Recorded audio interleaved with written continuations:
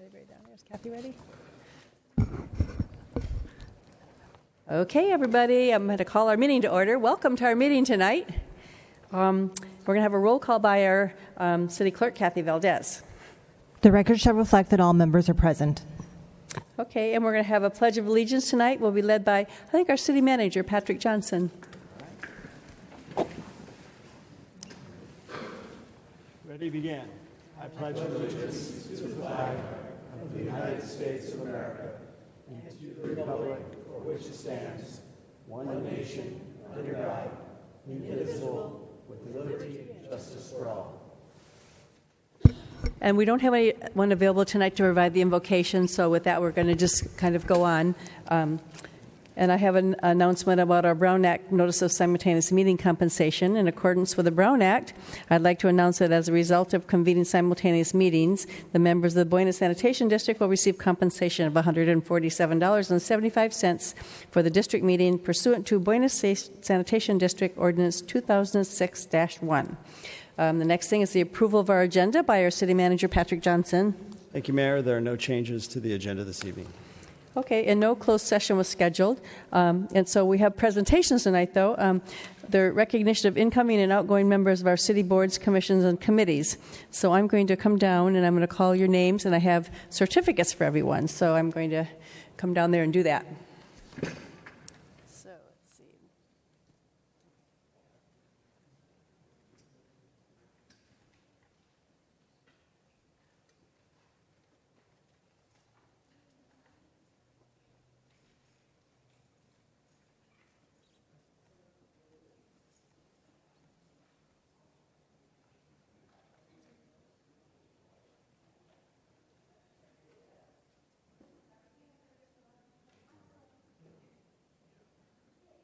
Hello there. Okay, now we're good. So first, I'm going to do certificates of appointment, and then after that, I'll do the certificates of appreciation. So the first things I'm going to do certificates of appointment, and I'll call you up, each of you up here, to receive those. And the first person is a certificate of appointment is Chelsea Cates Gatto, and that's for the Community Safety Commission. Is Chelsea here? Yeah, there she is. Mm-hmm.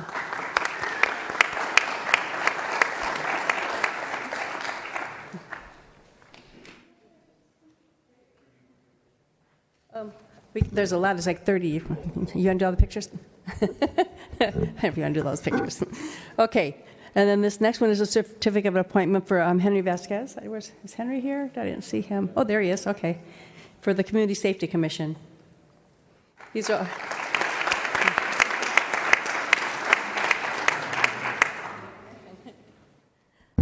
the next one is Victoria Henry, Community Safety Commission.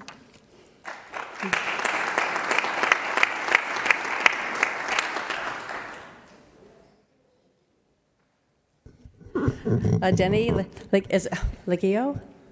I know I probably didn't do that right.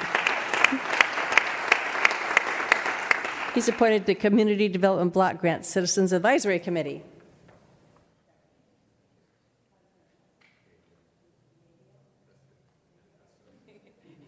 Legio, okay. Cassie Cole? Is Cassie here? Oh, there she is.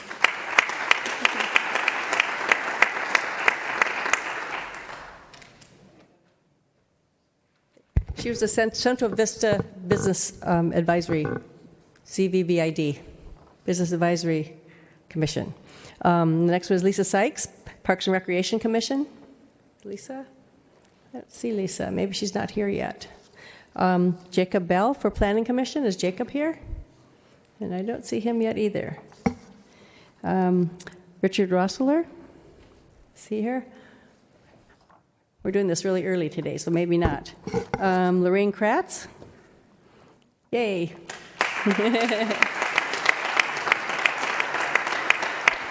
Lorraine's appointed to the Senior Citizens Affairs Commission. Congratulations. You're a walker. She walks all over town, so she's... Mary Lou Cliff, Sales Tax Oversight Committee.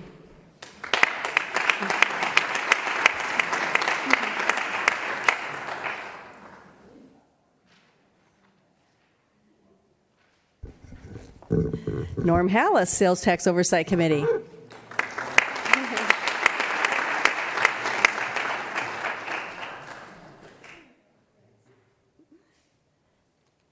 Jeremy Keller, Sales Tax Oversight Committee.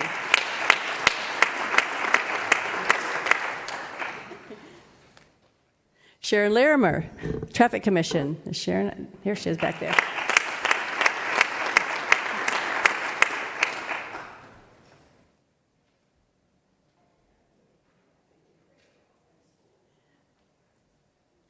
Rudolfo Mercado, Traffic Commission.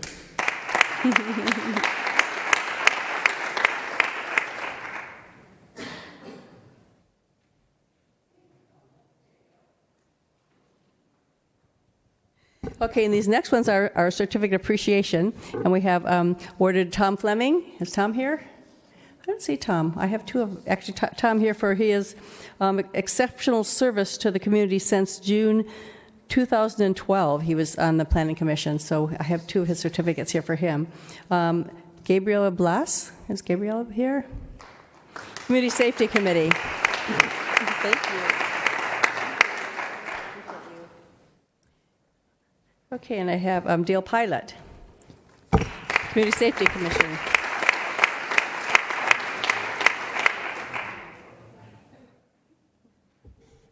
Okay, and that's all of those certificates for the evening. So we appreciate all of the people that serve on our commissions. We are so welcoming to all of them, and we appreciate all the time and their volunteerism that they come and spend to help us with our business every day. So it takes a burden off of the City Council when the commissions do that. So we appreciate them.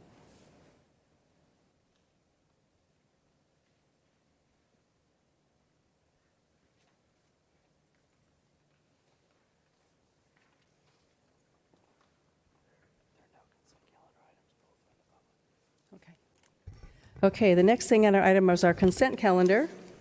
Those are items C1 through C12. The recommendations on the consent calendar will be enacted in one motion unless an item is removed from the calendar, and any member of the public can remove an item by submitting a request to speak card to the clerk's secretary. Items removed from the consent calendar will be considered immediately following adoption of the calendar, and we don't have anybody from the public that's removed anything. Do I have anybody from the council that wants to remove anything? Okay, I have a move for approval. Do I have a second? Okay, there's a second by Councilmember Aguilera. So please cast your votes.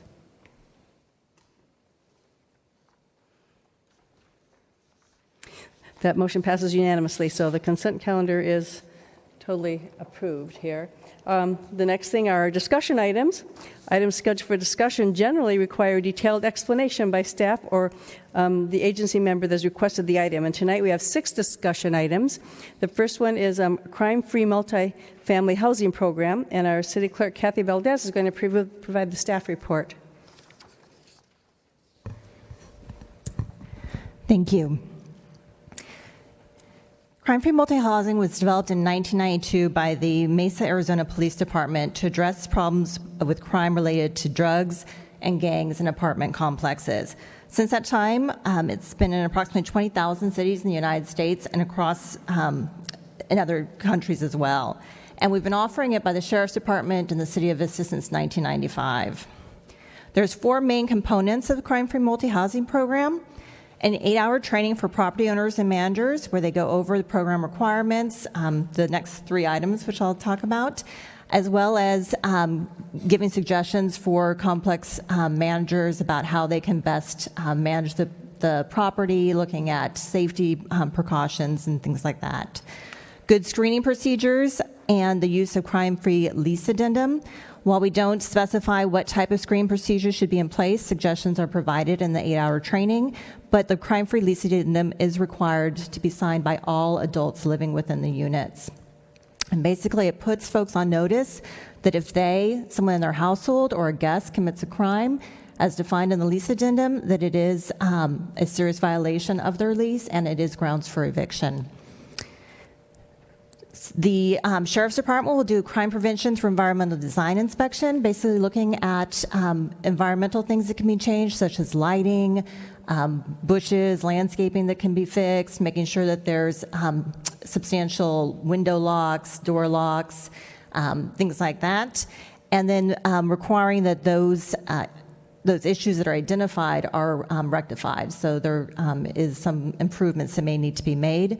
And then also it requires an annual tenant meeting to make sure that folks are engaged in the process who live there, that they're aware of the program, and that they also are learning about safety precautions as well. The proposed ordinance would add some additional requirements. It follows those four main criteria, but we have things like an application that needs to be submitted. Code enforcement will be joining the Sheriff's Department and doing these safety inspections.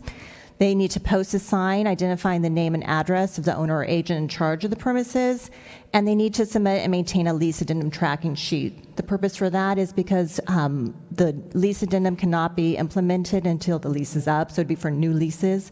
So we want them to track when the leases are expected to term so that we know when the new lease addendum will be put in place. They also need to submit an outreach plan for the tenant meetings. We want to ensure that they're doing everything they can to get folks to attend those meetings. And we'll also be requiring that they have 25% of the units represented at those meetings. Once all those activities are met, all those actions are taken care of, they will be receiving a certificate of compliance, a crime-free multi-housing certification. And that will allow them to post the certification and signs at the complex. But they won't be released from the obligations of the ordinance until they have 48 months with their calls for service below the threshold. And I'll talk about that threshold in just a minute. And then there is an annual program fee. It's cost recovery for the city. So if they're mandated into the program, there will be a cost each year. Calls for service threshold. If folks have 25% or more of the units, or if calls for service are equal to 25% or more of the units in any 2 6-month periods within an 18-month time frame, then they may be mandated into the program.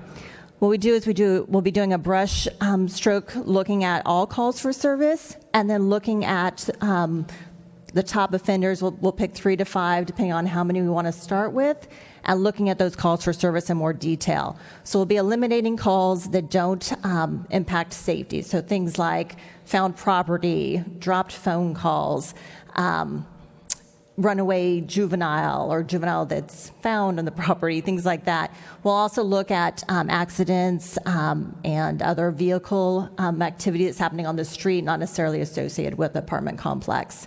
So it's sort of a second review. So to give an example here, you can see the top apartment complex. They have 113 units, so the threshold would be 28 calls in a 6-month period. In this example, they exceed that ratio in the first 2 6-month periods, but not in the third one. So they would be included in that initial look, and we'd look at that data a little bit further. The second one, in the first and the third period that's under consideration, so again, they would be looked at. The third example, they're below in all 3 months. And then in the last one, they have a higher ratio that middle time. So with the next set of data, they may get put into the program or at least looked at further. We have 160 complexes with 10 units or more. And in the initial look at January 2015 to June 2016, we had 55 units. This is an example. It was July through June of 2014, and then all of 2015. We had 55 complexes that would need further evaluation. So again, it's very time intensive to look at all of those. So we'll look at those that have the highest ratio or the highest problems and work down from there. The proposed program fees range from $850 a year to $1,500. It's estimated that it will take folks about 5 years to get through the program. It may be as simple as 3 months to do all the activities that are required and then have 48 months after with the low threshold for calls for service. But it's expected it may take up to a year for someone to get their certification, depending on how much work needs to be done and how soon those leases are ending so that they could start the lease addendum process. There is also the opportunity for folks to appeal decisions that are made through this process, and so we're proposing a first appeal fee of $200 and a second step appeal of $300. And I should mention that the reason that the larger complexes are charged more is because it's more time intensive for staff as far as doing the inspections and often having to work with multiple managers and owners and companies that are involved. The benefits of the program are reduction in calls for service.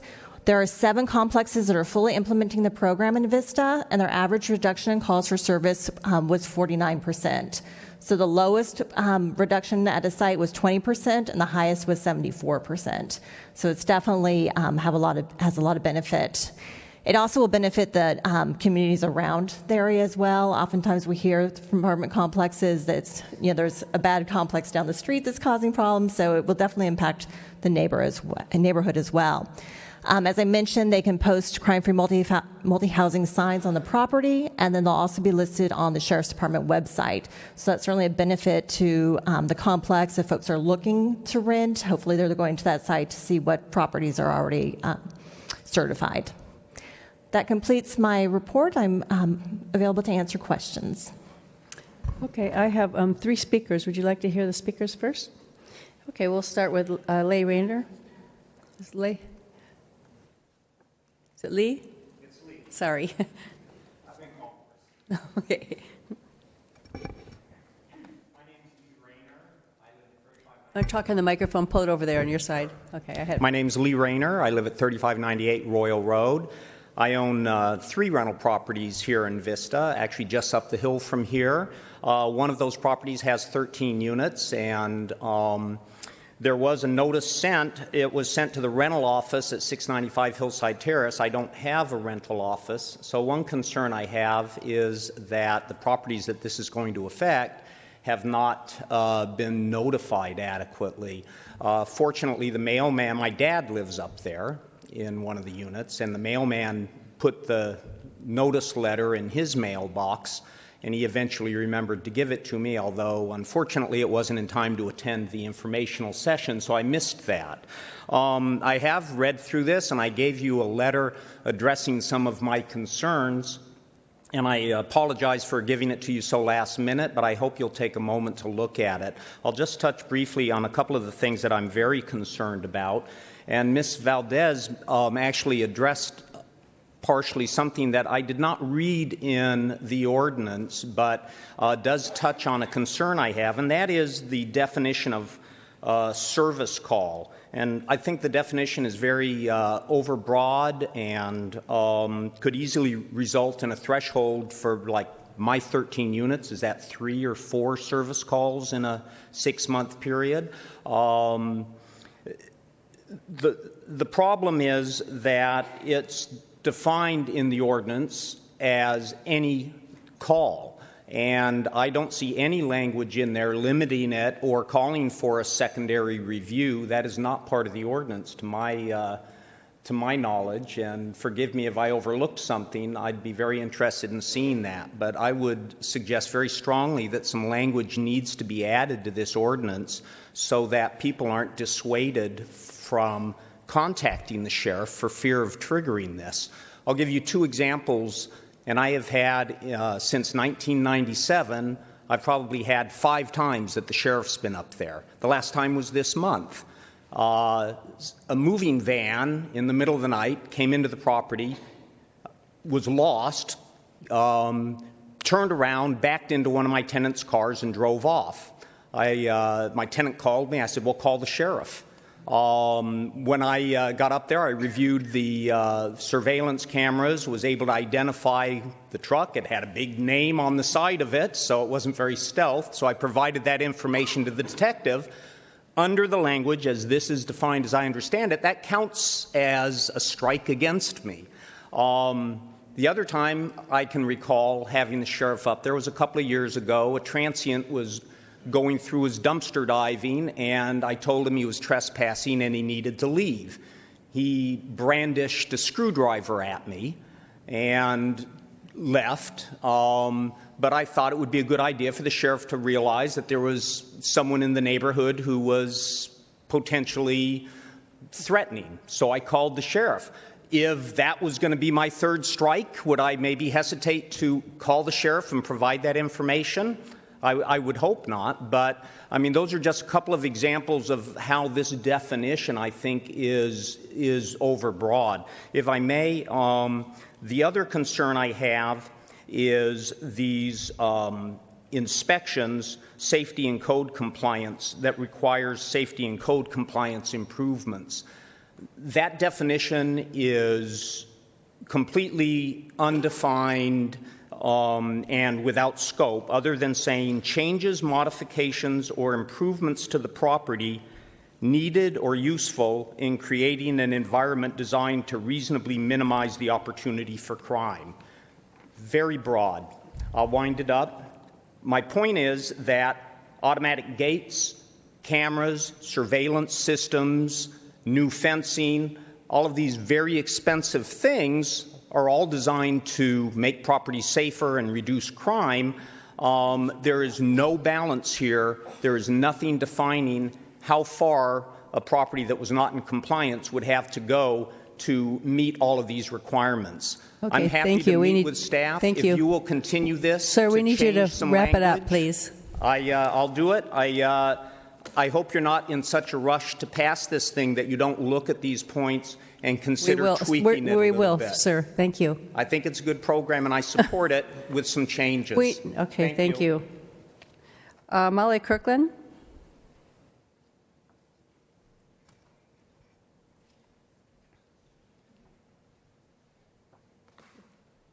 Good evening, council members. Molly Kirkland on behalf of the San Diego County Apartment Association.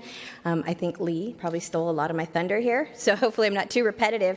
I will say that our association didn't get a chance to fully vet the ordinance, so we don't have an official position. Typically, we support voluntary participation in crime-free programs. We don't like mandates. They tend to punish good actors. I did attend the informational hearing, and that did ease some of my concerns. The threshold does concern me. It has the potential to cause smaller properties to rise to the top for enforcement. And I know that the initial calls for service, like was mentioned, don't necessarily delineate between what is a medical call or maybe, a bunch of residents are calling because there's a fire across the street, something like that. Kathy has indicated that there's going to be a more thorough review, but as Lee referenced, there's nothing actually in the ordinance that says that. As a matter of fact, I think it says under the issuance portion, it's based on an initial review. So perhaps there's a way to include some language that points to a more thorough review that would omit calls that aren't related to criminal activity. And you may want to reconsider how quickly this ordinance goes into effect. You've identified 160 properties that have 10 or more units in Vista, 55 of which could immediately be impacted by this program. 30 or 31 days doesn't seem very long to reach out to all those, especially if you have issues with the mail. And it might be prudent to include a letter from the city that managers can copy, then give to residents and explain the program, why the city's championing it, what the goals are, that kind of thing. And lastly, I would encourage an annual review to kind of look at the effectiveness of the program and at the fees. The fees do seem kind of high, especially when these properties, like was mentioned, are going to have to make some changes. It's a financial investment. And if you look at the county's fees, for instance, I believe it's $150 initially and a $50 re-up. So if you could maybe consider an annual review of that and make sure that you're not charging property owners maybe more than it's actually costing and taking into consideration the investment they're going to be making. And lastly, I just want to say our association is happy to be a resource. We will share this information with our members to the extent that we can. So thank you. Thank you. John Byram?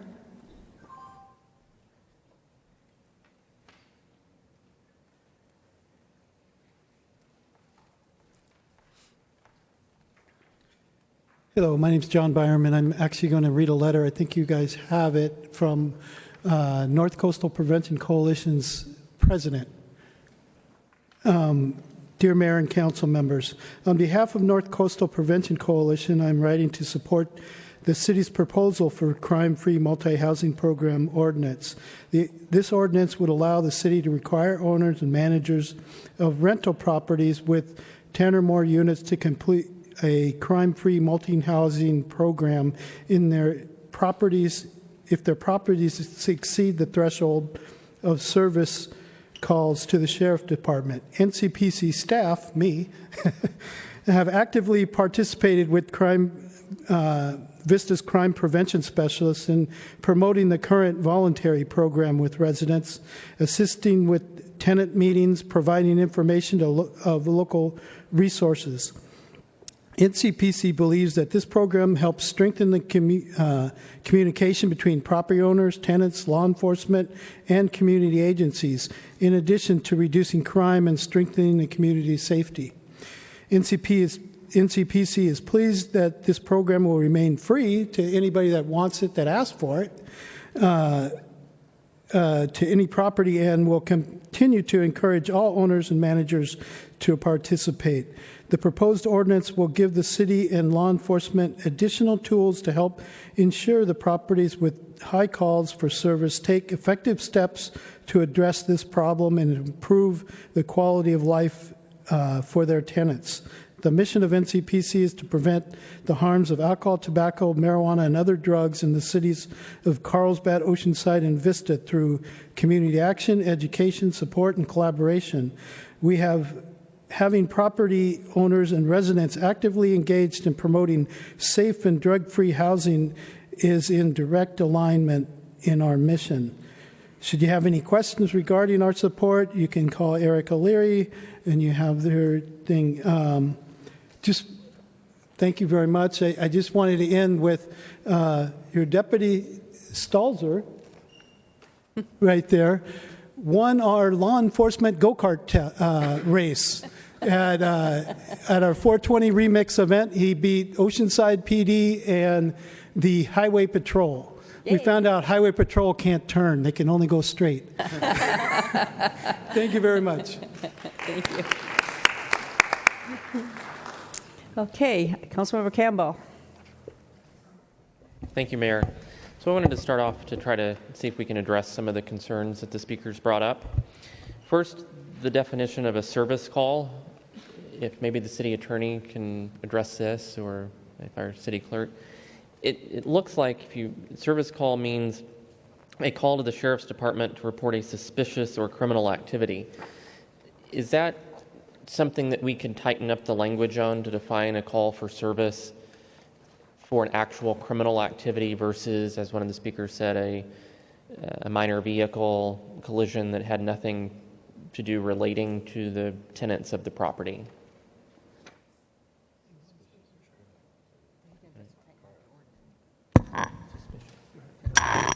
So, as I said, the initial review will look at all calls for service because it's extremely staff intensive to look at each property with only a select type of calls that we want to include.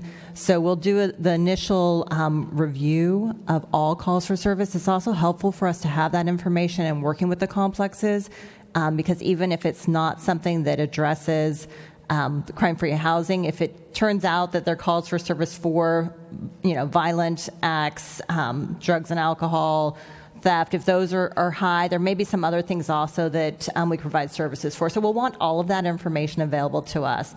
But as far as tightening up the definition of what will exceed the final thresholds, I'll turn over to our city attorney. Thank you. We felt that in terms of the ordinance, trying to precisely define what the calls of service are is inevitably going to be over and under inclusive. Therefore, we want to evaluate what is actually going on, and we can adopt administrative procedures which will help define those things. But to try to anticipate in advance some global definition, I can guarantee it will not be correct. Okay. That's what I had a feeling is we're trying to be able to evaluate a broader approach and determine those complexes that actually have significant criminal activity or activity that would be beneficial for them to participate in this program. That's correct. The other one is I do have concern a little bit on the minimum of the 25% of the units must participate in an annual tenant meeting. Is that something that we're saying the complex owners must compel them to attend, or are we going to be able to accept the fact that they made a good faith effort to get their tenants to participate? I'll stop moving my microphone, sorry. The ordinance actually allows for us specifically to waive that requirement if we feel the department managers or owners have done everything that they could to get folks there. So that's actually specifically written in. So those are things that could be more clarified through an administrative policy, it sounds like. That's all. Thank you. Councilmember Franklin. I understand the point about it being difficult to imagine every prospective scenario, but why not err on the side of the people that we're going to regulate by going ahead and listing a number of things and then come back to the council when we do a review a year from now and ask us to add certain things to it.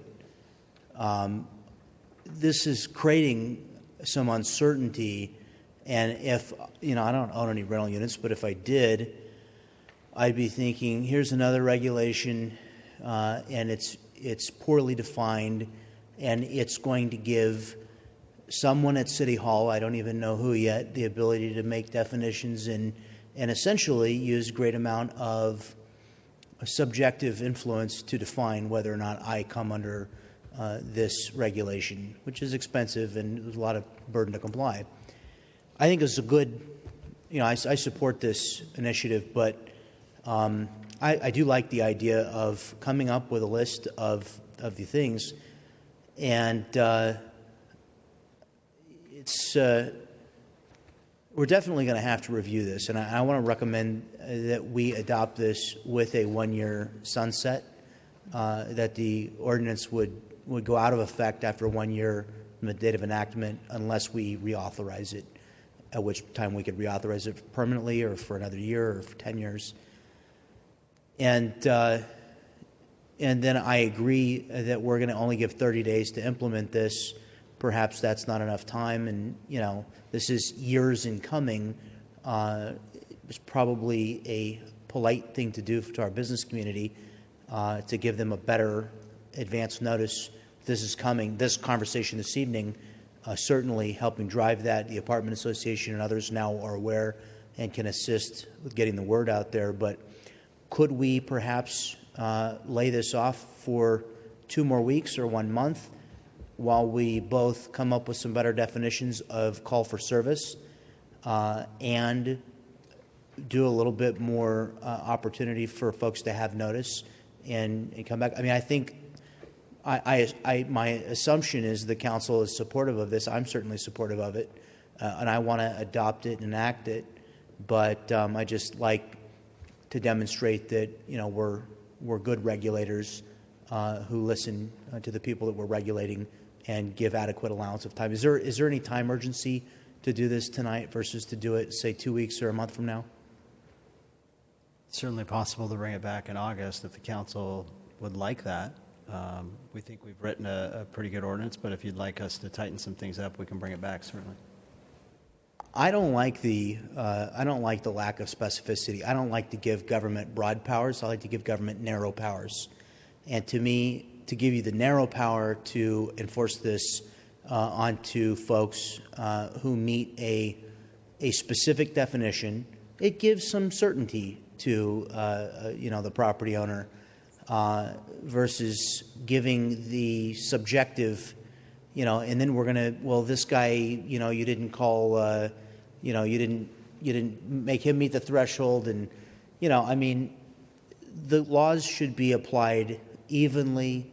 They should be easy to understand, and everybody should believe that the law is applied evenly to each individual. And that's my concern here, is that we've created something that's a little too broad, and I think we could come back anytime we want. Anytime the staff feels we need to add something, we could put it on the consent calendar and immediately. I mean, so every 2 weeks we got an opportunity to add different types of service calls if we need to do it. Are you asking for a list of exceptions or a list of the type of calls that would be counted? I'm saying what I'm proposing is, rather than having the staff determine retrospectively or prospectively what's in and what's out under service calls, that the staff would define a list of items which are in, and then anything that's not meeting that definition would not count as a service call unless, in a year or two we'd have this dialed in. We go, oh, we should have put this in. We add it to the list. Every 3 months or 6 months we come back and we improve the list until we've got it to the point where we're good. And then folks know what's in and what's out. I don't think that's overly burdensome. Okay, we'll go listen to the other council members and Sure. we'll see where they go. So Deputy Mayor Rigby. Thank you, Madam Mayor. Is the agenda report states that the Sheriff's Department is the one that implements and oversees this program. Is that correct? They will continue to offer the crime-free multi-housing certification program. So the 8-hour landlord training, the CEPTED, except we'll also be joining them with codes safety inspection at the same time. The annual meeting with tenants will continue to do that. So the certification process is really still the Sheriff's Department. We are more of the facilitators of the program, so ensuring that everyone's in compliance. And it would be code enforcement that would be addressing any concerns if compliance isn't being met. I asked, excuse me, so sorry. I asked that question because I had the same thought, and one of our speakers, I believe it was Mr. Rayner, made the comment, and I find the thought and the comment to be a little bit disturbing. So I wanted to know if the Sheriff's Department's representative that oversees this program is here, because I have a question. And that is, out of the 160 unit or complexes that we have in the city of Vista, only 7 currently have opted into the program voluntarily. And of the 7, there was an average reduction of calls for service by 49% and one all the way up to 74%. Mr. Rayner made the comment that perhaps some of the owners, landlords, would not actually make as many calls for service because they don't want to get slammed in the program. And that thought concerns me about, and I wanted to know if the Sheriff's Department had any indication that that has been what's going on with some of these complexes that have a reduction of almost 74% in calls for service. Is it a thought that there's not an actual reduction in activity as much as it is a reduction in actually calling and reporting the activity? So I would like to know the data on that and the thoughts if the Sheriff's Department has been tracking that, because we have a landlord here who says that might actually be the case, and I find that disturbing. Do we have anybody here that can speak to that? The crime prevention specialist, I don't believe is here, but I do know at the resident meetings and throughout the process, residents are encouraged still to call law enforcement, and that's why they have the community meetings with them. So that isn't what's happening. The input and feedback we've had from participants is that the crime-free lease addendum is really what's helping, because folks, if they have to sign it, realize that they're being put on notice, and so they may opt to move elsewhere and just not participate or not, rent at that complex. So that, I believe, is more of the reduction. So the problems are going away as rather than people being afraid to call for service. Okay, thank you. Councilmember Aguilera. Yeah, I'd just like to address a couple of things that came up. One, we have 7 that were voluntary in the program. That are fully implementing the program. We do have others, and over the years we've had different complexes, but the Sheriff's Department across the county made a big effort a year ago to really not revamp the program, but re-up the program and make sure that folks that were on the list were in compliance. So they basically started with a clean slate and started over to make sure that those who were on board were actually implementing the program. So they have, I believe it's 5 to 10 additional complexes that they're working with, but they are not fully implementing the program yet. And it's 160 complexes in Vista? We have 160 with 10 units or more. Right. Yes. So that's actually my concern is, if we rely on property owners to voluntarily implement this plan, I think, we're gonna run into why we're talking about this is because we don't have, and I don't know Mr. Lee, and I'm not referencing you specifically, but we do have some property owners that don't live in our city and don't really care. And that is really the issue that we're having. And so I think with many of these properties, you'll find that the families that own them don't even live at the property. So they're not going to be the ones saying don't call, or they're not going to be resisting a phone call just because they're worried about getting into the program. So I think that's probably, I mean, in a handful of situations, I think it could come up. But I think overall, you're going to find that if somebody is getting hurt, abused, or whatever the situation is, that most responsible citizens are going to call. They're not going to be thinking about, well, this could be our third call in, or that's going to get us over the 25% threshold. Because the people that live there, they just want to be safe, and that's really what we're trying to do, is create a safe place for our citizens to live in. And hopefully, people are being discouraged from living in these places and moving on somewhere else, that they want to go do their thing. I would say that if we make any changes to this ordinance in regards to Mr. Franklin's suggestion, I would say that we would add a list of exceptions instead of a list of things that can be counted in. Because I think what you're going to find is the exceptions are going to be, I mean, we already know a few of those. We probably don't know all of those exceptions. But let's say we know there's 10 exceptions that we know today. And like you said, in 6 months we go, oh, you know what, we have these other 3 exceptions we need to throw in there too. We didn't think about these things. Because I think if you put down a list of things that count towards it, then we have that opportunity for manipulation, or we're not calling for this kind of call, or what, then you do have that situation. But I think, someone backs into somebody's car, sheriff gets called, it's on private property, number one, but the sheriff's probably going to show up because maybe they're squabbling or whatever, but that's not something that we really want to have count against a property owner.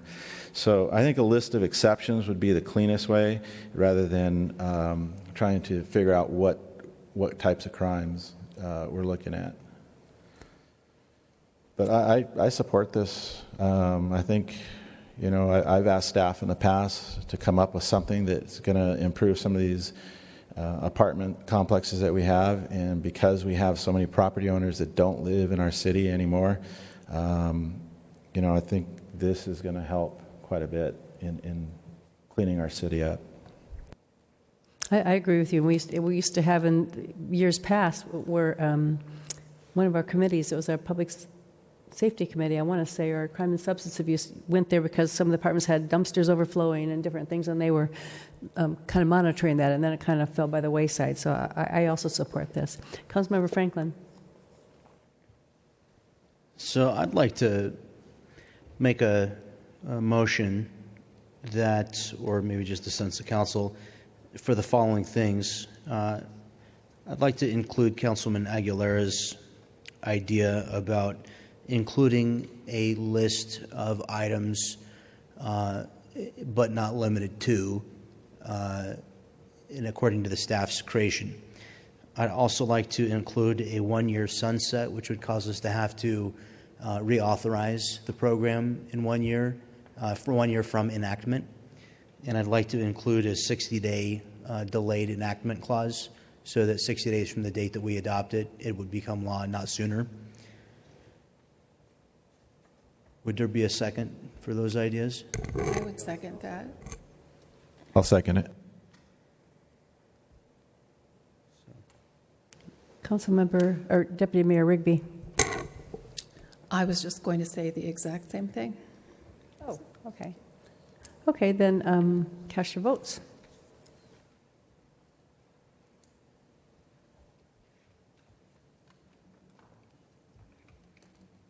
That motion passes unanimously. So the next thing on our agenda, hold on here, is our proposed zone change at 1525 Buena Vista Drive. Director of Community Development Engineering, John Conley, is going to provide the staff report. Thank you, Mayor. Council, this is a proposed zone change for a property at 1525 Buena Vista Drive. This is a 4.8 acre site that's located on the west side of Buena Vista Drive, north of South Melrose Drive. It's shown in the overhead here with a red perimeter. It's occupied currently by the West Coast Baptist Church. The city boundary runs along the northern and eastern property boundaries, so those areas north and east of the property are in the county unincorporated area. The property is currently designated medium density in our general plan, which allows up to 10 units per acre. However, it's zoned as state residential, which only allows half-acre residential single-family lot sizes. So the zoning is not consistent with the general plan and could allow additional density under the general plan. The proposal that's been presented would change the zoning to multi-residential, allowing up to 10 dwelling units per acre, or RM10. MLC Holdings is the applicant. They have submitted a proposal for a 45-unit detached condominium development, which is shown conceptually here. They would be two-story detached units. They would include 4 parking spaces per unit, have access via Buena Vista Drive on a private internal streets, and would include some common open space. From staff's preliminary review, the conceptual plan essentially meets our zoning requirements for the RM10 zone.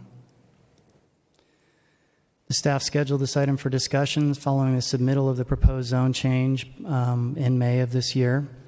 All property owners within 500 feet of the site were notified of the proposed change and the discussion item on tonight's agenda, and the planning email list that we send all notices to is also included. The staff's requesting direction this evening from the City Council on the proposal, and we're open to any input that the council can provide on the subject change.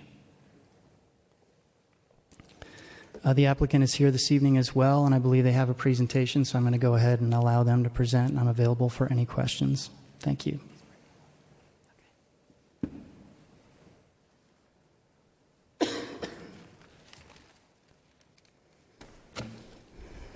Hello. My name is Matt Brady. I am the Senior Project Manager for MLC Holdings. Thank you for allowing us to present our project to you this evening. I would also like to thank John Connolly and his staff for helping us generate what we feel is going to be a great project for the City of Vista, a great project for Meritage Homes, and ultimately a great project for our future residents. So, with that said, I'll give you a little history about us. MLC Holdings stands for Meritage Land Company. We are a wholly owned subsidiary of Meritage Homes. Meritage was formed in 1985 and is currently the 7th largest home builder in the nation. We have, over the past 30 years, we have built 90,000 homes across the country, and we currently have 27 active communities in California, from San Diego up to Sacramento. Meritage is committed to developing innovative, energy-efficient homes that our residents are proud to own. Some of those, it's kind of hard to see on this slide, but some of the standouts on those are weather sensing irrigation, optional solar installation, and a big one for us that sets us apart in the industry is spray foam insulation in all of our homes. This next slide is a little hard to see, and I apologize. Some of this is going to be a repeat of what John just said, but I'll go through it fairly quickly. On the left, you have a map, again, hard to see, but it shows us on the edge of the city boundary next to the county. On the right hand is a map that shows where we are in relation to Melrose and then Buena Vista Drive. This is a closer aerial of the site. It's located at 1525 Buena Vista Drive, currently the home of the West Coast Baptist Church.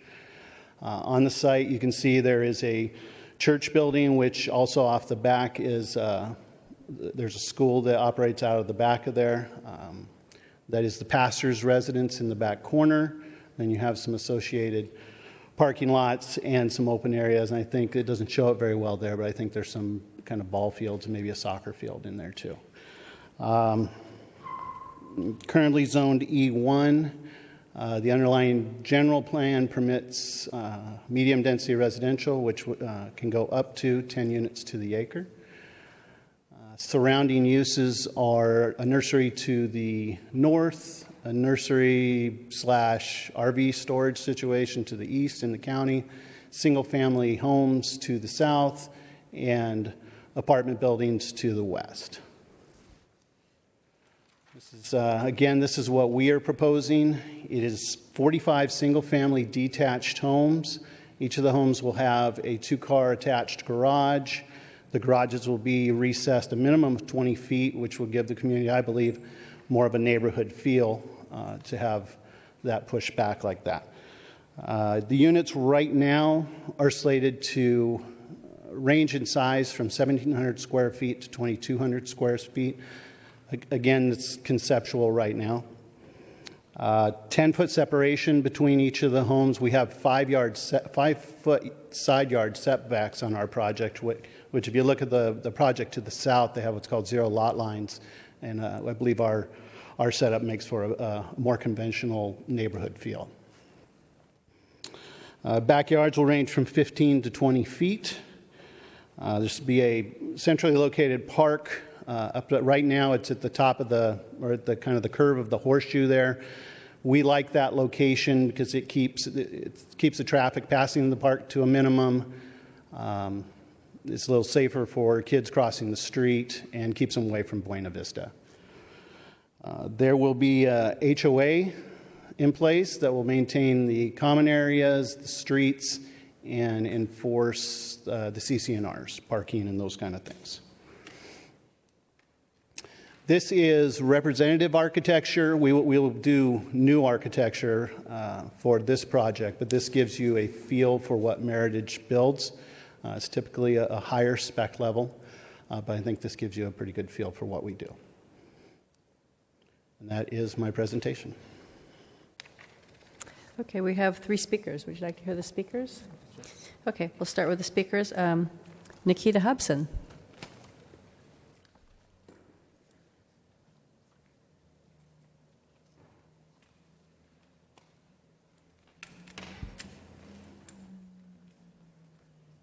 Well, you can tell I'm slowing down in my old age. Good evening. My name is Nikita Hobson, and I live at 2070 Ridgeline Avenue. This proposal to develop, I thought it was 48 condominiums. I know now it's only 45, brings up 2 issues in my mind. And the first is what seems to be a constant effort to rezone land to permit more dense development than is provided for in the current general plan.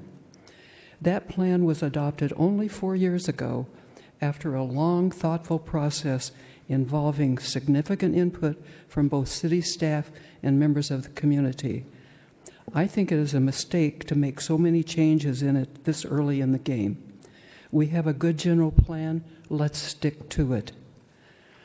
The second is the piecemeal approach that we're using now that seems to ignore the cumulative impacts of the rezoning changes being sought. For instance, there is a pending rezoning request for a site that's very near 1525 Buena Vista Drive.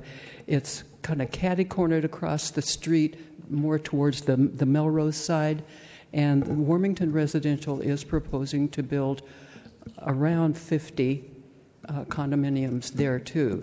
So the impact of these 2 projects on Buena Vista Drive, which is a very narrow, curvy street, is going to be just tremendously detrimental.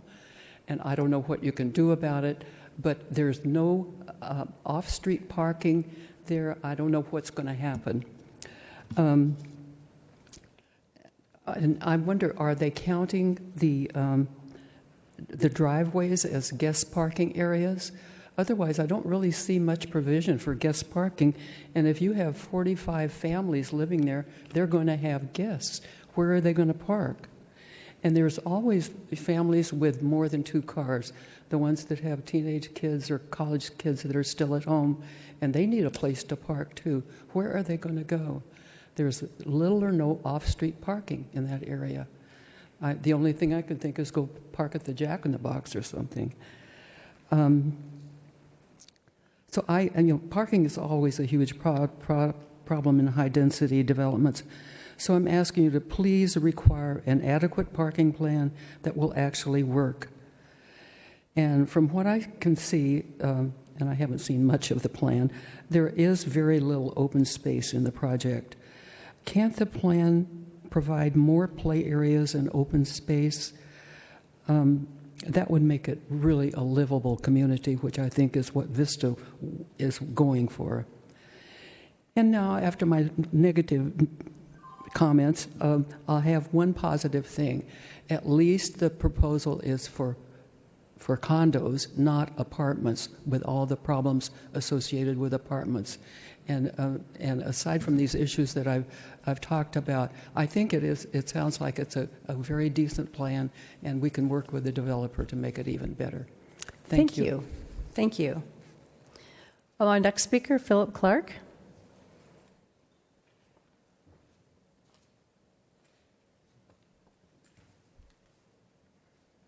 Welcome, Pastor. I could have had you do the invocation. I didn't know you were here.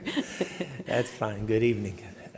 We just want to let you know that our church has voted unanimously for this move, and most of whom are all Vista residents. We think it'll be better for the city of Vista that our church not be there because of the homes that are around and the apartments. They don't like our children playing on the playground. We have a small Christian school. They don't like our church buses, so we're going to get a commercial property away from anything that would bother neighbors, and that's our plan. Plus, I like the fact as a citizen that it brings tax money to my city to help pay the fees and things that we need. And we've been living next door to Wesley Way, which, by the way, was named after my father. The church used to own that land. And that was rezoned for Wesley Way, and it's been a wonderful relationship. So thank you very much. Thank you, sir. Dorothy Thorpe.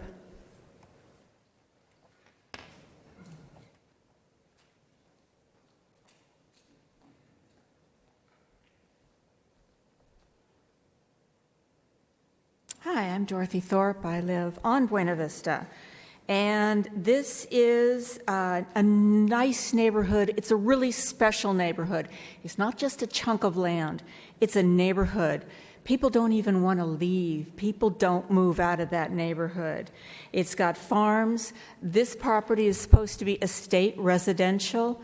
According to the county, it should have 1 unit per acre. According to you guys, it should have 1 unit per half acre at the very most. A lot of land there is 4 acres or 2 acres. Let's leave it special. It's a very special neighborhood in a very special city.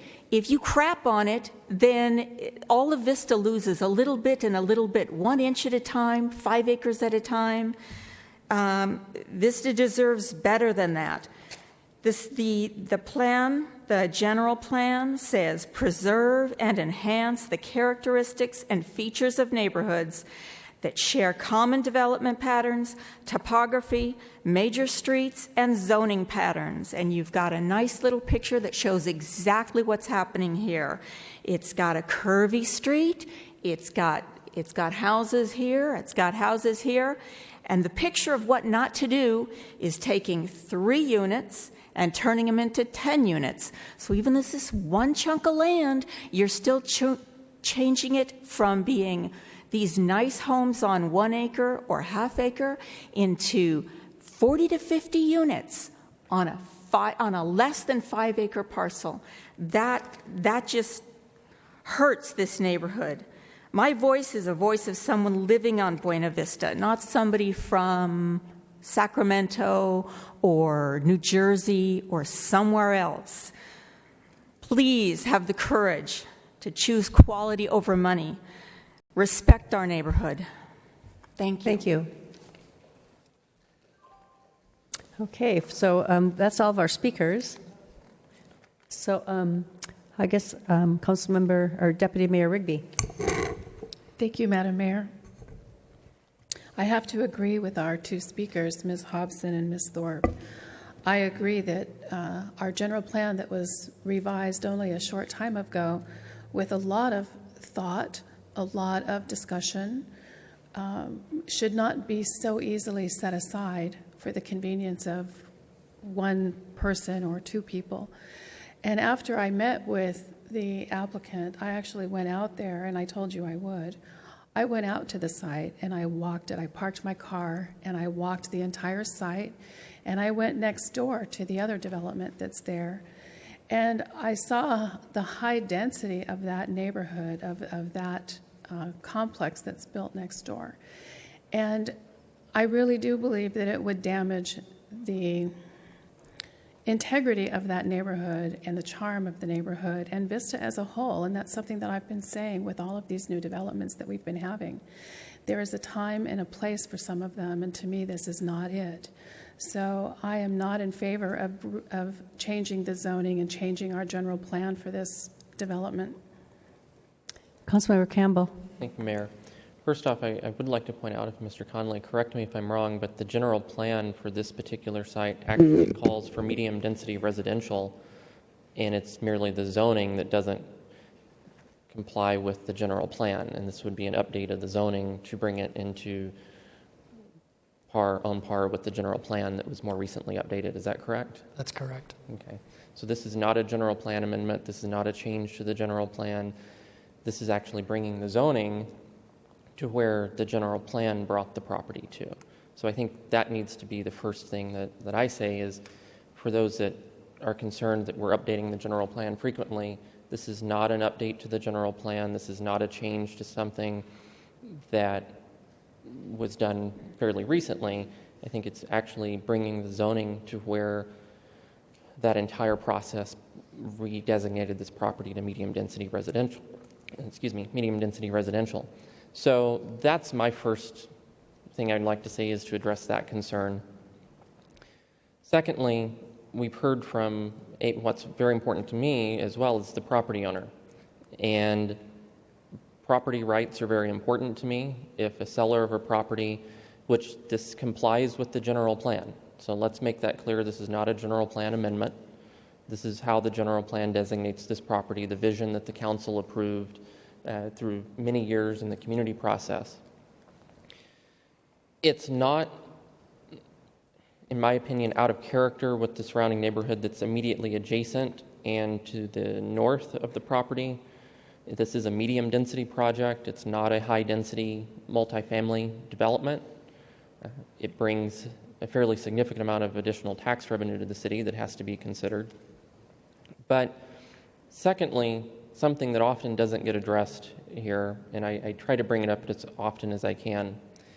This is a city, as an incorporated city, I would like to see more development occur here versus land that's farther out of the city, an unincorporated county area that disturbs more natural habitat, undisturbed land. The projects that you're seeing, I forget the Lilac Hills project that's going to be on the ballot in November. Those are the types of projects that do detrimental harm to our region with traffic, with calls for service for law enforcement and safety, because you're putting thousands of homes farther away from where the services are located, like sewer, our fire, our law enforcement, roads.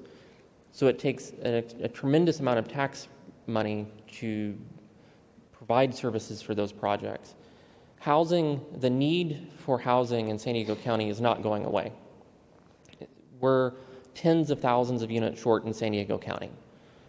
It's driving rents to astronomically high prices throughout our region. It's creating a burden for employers to attract quality workers in San Diego County, especially in North County. You know, I meet with businesses all the time. I was on a trip with the Chamber of Commerce for San Diego County recently, and many of the executives from larger companies said the number one challenge that they're facing is providing for adequate housing for the workers that they're trying to create jobs for in our region. So we have to provide, as a city, we have to, I think, balance the needs of all of those factors put together. And because in this case, especially, the general plan already calls for medium density residential, which is 10 dwelling units per acre. And I believe this one's going to be 9.5 units, so it's under that amount. The development that's adjacent to this parcel is 10 units per acre. So it's consistent with the community character that's adjacent to that.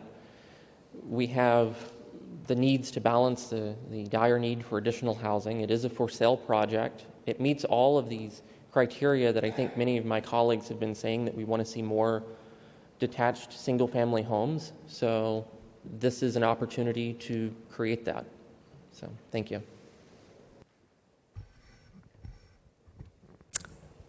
Councilmember Aguilera.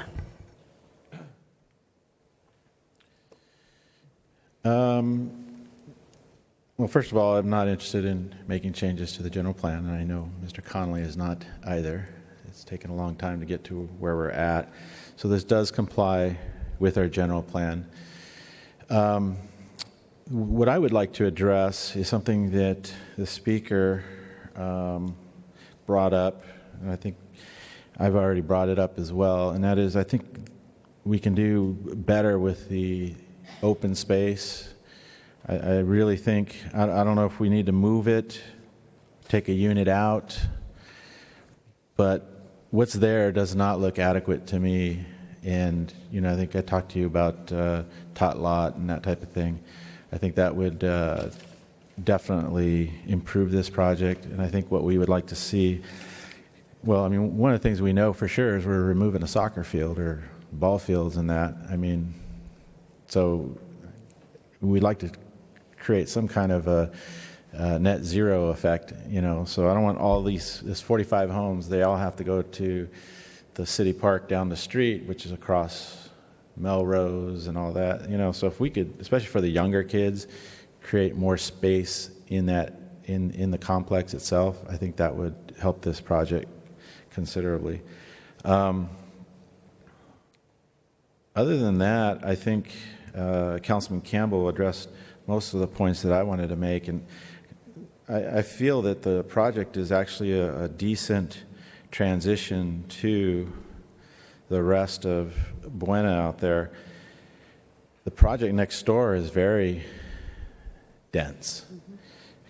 I counted out, it's 14 units next to 11 units in the same space. So this is a less dense project than what was approved. And if you look at that project as a whole, it is very tight.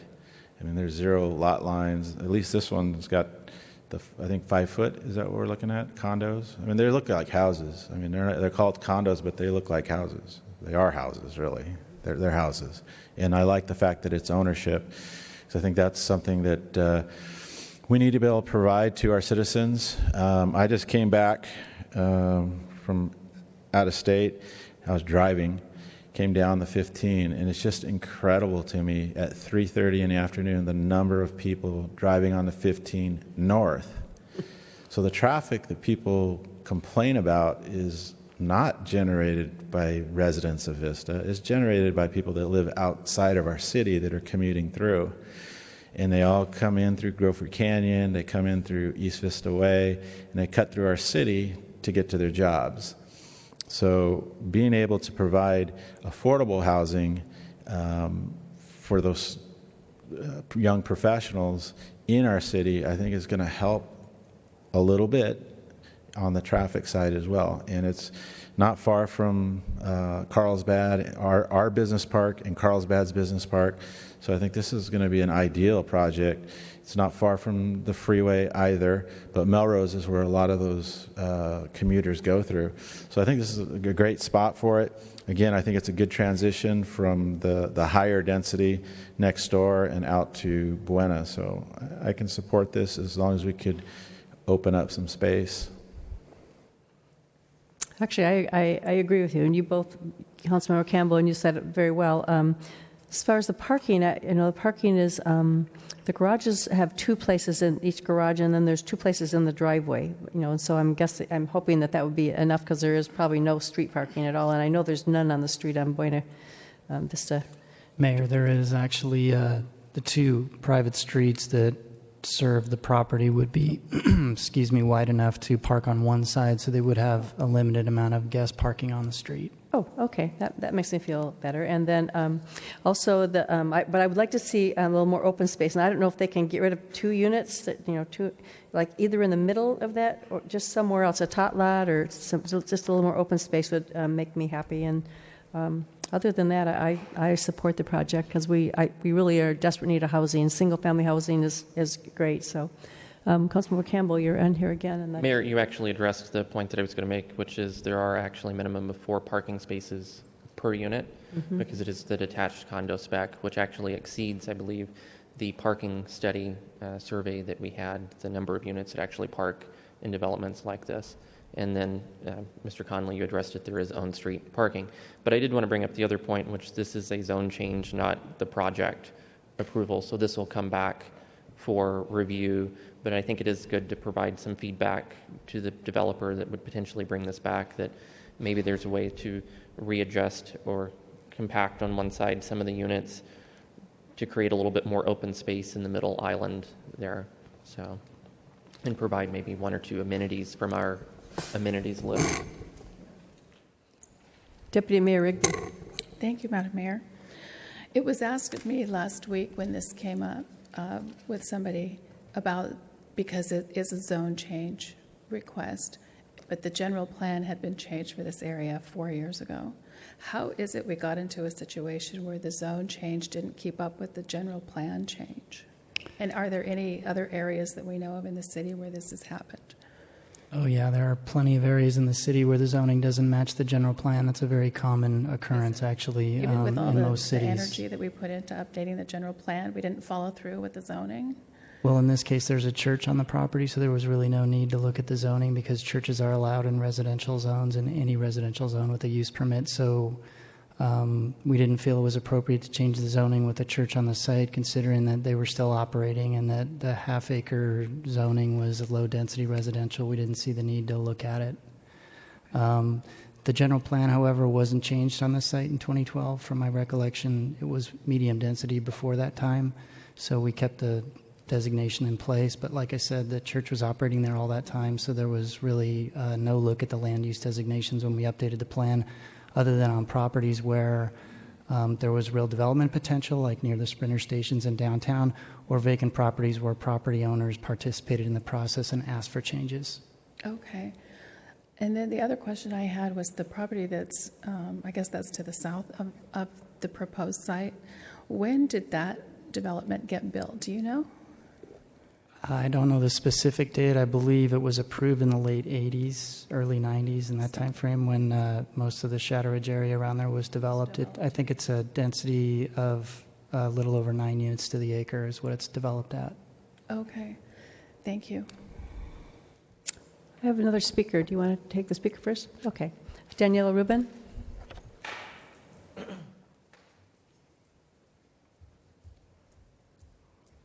Hello, good evening. I live in Wesley Way, and I think it would be good that people that say that traffic is not an issue in our neighborhood come by, because it's really hard to park during the weekends, during weekdays. So my view of what's going to be the neighborhood next to us is thinking that's going to be probably another problem. And I am interested in knowing what are the 2 axes that are being presented as possibilities for entering and parking, because I only see one street running, and I don't think that that's adequate to park on that street. So the only place that I would see my neighbors parking would be in their garage, in their driveways, or on the street. And from living next door, I can tell you parking is certainly not easy, and there's really no way to park going to the, to the suburb. If you go to where there's a plaza behind us where you could go park your car. You cannot do that because it would get towed. So parking, I think, has to be considered. My other concerns are when we're building these communities, we need to think of, one, where are the children going to play? And I'm glad somebody brought that up because I don't see anywhere for a playground space.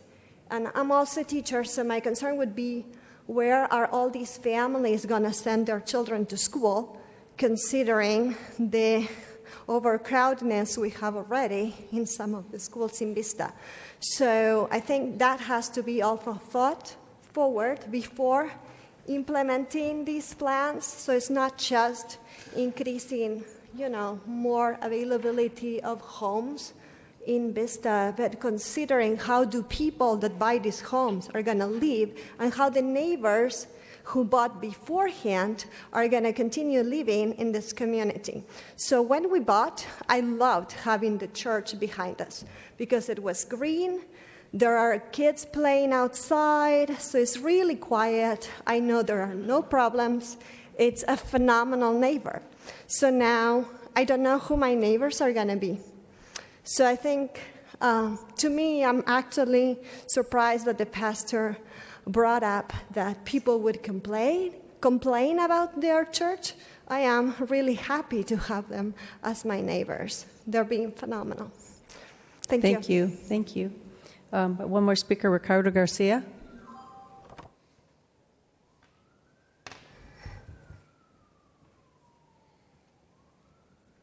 Hi, good evening. One thing that I would like to point, I don't know if you can see it on the project, this for me was the first time that I was introduced to the project, is that when the lecturer is pointing, all this property is way above the level of all those other properties. So this, what you look like a fence, all this area is a big trench that we collect the water for what is now is draining for this natural ground that absorbs the water. But now if we're going to develop all that water needs to be redirected. I don't know where that water is going to go. And the other thing that, honestly, it worries me for being in this side of the fence is how much is going to be my privacy. Because when I step in my patio, the church property, when we see the kids playing, is like this level of my property. So now you're building something that you're going to look entirely to my patio, and I think that it's border with my privacy. That's the only thing that I want to add on this project. Thanks. Thank you, sir. Councilmember Franklin. Well, I just wanted to register that I'm supportive of the project. I agree with the request to increase open space a little bit, if possible. And what I see here, is the largest unit in here is 3 bedrooms, right? Or is the largest 2 bedrooms? Yeah, but you're not going to be building 4-bedroom homes here, or you might. I see. Okay. Well, it looks like you've got a minimum 4 parking spaces for each home. So, that's husband and wife and 2 kids. And, maybe if you've got more people than that living there, maybe it's not the right place to continue to reside. 4 parking spaces per single-family home isn't enough. Then, it's maybe you need to. You need to live in a place where you have a little bit more land, or, and how do you ever get people to? There's always going to be people that don't fit into where they live. They have needs that don't align correctly with where they live. But I don't see a lot of opportunity for the parking to spill over to the surrounding neighborhood. The parking really has to be self-contained. So, I don't see these people parking on Wesley. I can't conceive of that. I don't think there's a lot of opportunity to park on Wesley. There's not much legal parking space there. So, I'm generally supportive of this. And I know some people that live on Wesley Way, and it's a nice little neighborhood, and nice people live there, and I'm sure it would be a nice neighborhood.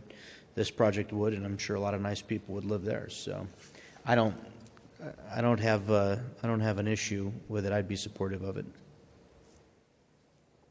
Okay, with that staff was wanting us to provide direction to staff, and so I think you have enough direction from us? Yes, Mayor, just for clarification purposes, the purpose of the meeting tonight was just to obtain direction. The applicant will have to file a formal application and go through a public process that would result in public hearings at the Planning Commission and City Council at the end. So for everyone that's here tonight, there'll be more than one opportunity to voice any concerns about the final design plans.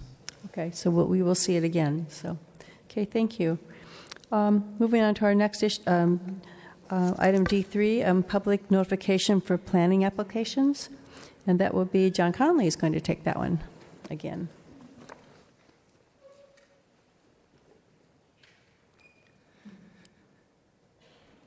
So we were in front of the council in May to discuss public notification for planning applications, and the council requested that the staff come back and present some information to the council on evaluating expanding our public notification area, evaluating the use of alternative mailing methods, and to return to the City Council for additional discussion on this topic, which we're here to this evening. So in summary, public notification occurs at various times throughout the planning process currently. Those include prior to a formal application, like we just saw, at the time of a formal application, at the start of environmental review, and at public hearings for the project. So some projects will go through up to 4 notifications depending on the type of application. The various forms that we use for notification include direct mailings, signage on the project site, newspaper postings, and email, as well as the city's website, and I'll kind of walk through those. So prior to a formal application, if there are any proposals for a general plan amendment, a zone change, a specific plan amendment, or any type of legislative change that that the council would have complete discretion in, we hold a discussion item typically and send notice out to the surrounding property owners. That includes our public hearing notification boundary of 500 feet, and we also post a notice on the site 10 days prior to the meeting, as well as sending it out to our planning email list. And a good example is the one we just saw. At the time of a formal application where an applicant actually pays fees and submits all their plans, a notice of application is posted on site. That's the big yellow signs that you see on project sites around town. That's put up at the beginning of the application and notify any of the public that's interested that an application has been submitted, what it's for, who the applicant is, and who the planner that's assigned to it. We also add the project at the time of submittal to our planning website, which I'll cover at the end of the meeting. For multifamily and mixed-use projects, we also go through what's called an early design review process with the Planning Commission, which all the council members are familiar with. This requires a review of the architecture and site plan by the Planning Commission at the onset of the application. In order to notify the public of that meeting, we do send notices as well to our public notification radius of 500 feet, 10 days prior to the meeting to notify those that are interested in coming. We also post notice on the site, and we send notice to our email notification list that have signed up for it. For that meeting, the Commission then holds a public meeting to discuss the project design. For environmental review under CEQA, it requires a notice of availability of the environmental document also sent to all the property owners within 500 feet of the project site. That's at the start of the environmental review period, which typically lasts 20 to 45 days. Notice of availability of the documents also posted on the city's website, and a legal ad is placed in the newspaper. For public hearings, we again send notice of public hearing to all property owners within 500 feet of the project site 10 days prior to the meeting. We do a legal notice in the newspaper. We post a notice on site, and we email to all the registrants on the city's notification list for planning projects. The types of mailings that we do are typically direct mailings. We did some analysis to determine what the costs are for these. The average cost to print and mail a notice is about 55 cents per notice. For a typical project, the staff time is about a half hour for the planner to prepare the notice. We send it to administration, who will print the notices, trifold them, put them in envelopes, and put the labels on them. We calculated it's about an hour for our administrative staff to do about 250 notices to fully prepare them for mailing and put them into the bins that go to the post office. The average number of notices that's sent per project mailer using our 500-foot radius, based on the last, I think, 17 mailings that we've done, is about 160 properties.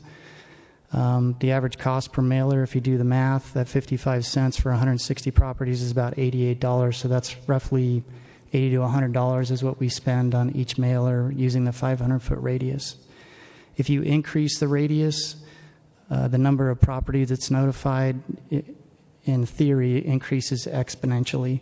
So if you double the radius, it's 4 times the area. If you triple the radius, it's 9 times the area. In doing the math, if we had a 1,000-foot radius and the average number of properties within 500 feet was 160, the cost to mail would increase to $352. Using similar math, if you used a 1,500-foot radius, the cost of the mailing would be $792, so that the cost of the mailings increase significantly as you increase the radius. The council asked us to research postcards and other mailing services to consider those as possible options. We talked to a number of jurisdictions who've used postcards and have either eliminated that or continue to. The number one thing that we heard from most jurisdictions was that their constituents complain a lot about the postcards because they look like junk mail or notices for commercial services, things like that. A lot of people complain that they don't pay attention to them because they get caught up in all of the other postcard sized mail that they receive and they get tossed. So most cities that have used postcards that we spoke to actually have gone back to a formal mailer where it's a trifold with a label on it or in an envelope. We've used the trifold method before with a label on it. Those were tossed as well, and we got complaints from people that they look too much like junk mail. So what we've gone to now is a envelope with the planning department's logo on it and a sticker with the property owner's name on it. And a trifolded inside is the full notice that describes the project with a map. So based on the input that we got, although it would be a cheaper method, we didn't evaluate postcards further because we heard from a lot of jurisdictions that it just doesn't work. We also looked at mailing services. There were 2 issues with that. One is it's much more expensive than the cost that we currently incur. Secondly is it takes a significant amount of lead time to provide the information to mailing services to get them out 10 days before a hearing. It's like sometimes a week to 2 week lead time to get them the notice so that they can mail it out in that time frame. So we can do that in a day or 2. What we're afraid of is because of the rapid pace of applications and trying to get them to hearings, if we went to a mailing service, it would increase the time that we need to actually schedule the hearing and have it, and it would increase the time for applicants that are processing their project, which we're trying to reduce. So we didn't further evaluate mailing services either. We also looked at our on-site signage. I mentioned at the time an application is filed, we post a sign on site within 30 days of the application. Typically, the signs are 24 by 36. It's shown in the upper right-hand corner, the yellow sign that includes the applicant's name and project information. These are paid for, prepared, and posted by the project applicant as a requirement of their application. At the time of public hearing, we also post another notice on the site. This is the red notice that's shown on the bottom right slide. This is an 11 by 17 notice that states notice of public hearing and has project information on it, including a location map and a description. These are red standard cardstock notices that we post 10 days prior to the meeting, and they are prepared and posted by the planning staff. I mentioned we also have email and web notices that we currently send out. We have an email list that's available through the city's website that anyone can sign up for that will receive any notice that's sent out by the planning department. That's for anything we send out, environmental, public hearing, or otherwise. We also have a planning projects interactive map on the city's website, which most of the council members are aware of. This provides a snapshot of all the current applications in the city, those that are pending planning approval, those that have been approved, and those that are under construction. And this was developed about a year ago to provide a better look for the public at what's going through the planning process.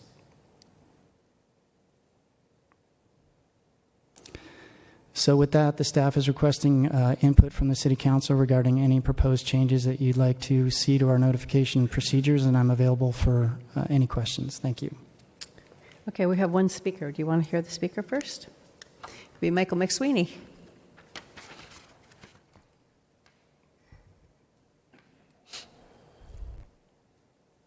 Madam Mayor, members of the council, I'm Michael McSweeney, Senior Public Policy Advisor at the Building Industry Association.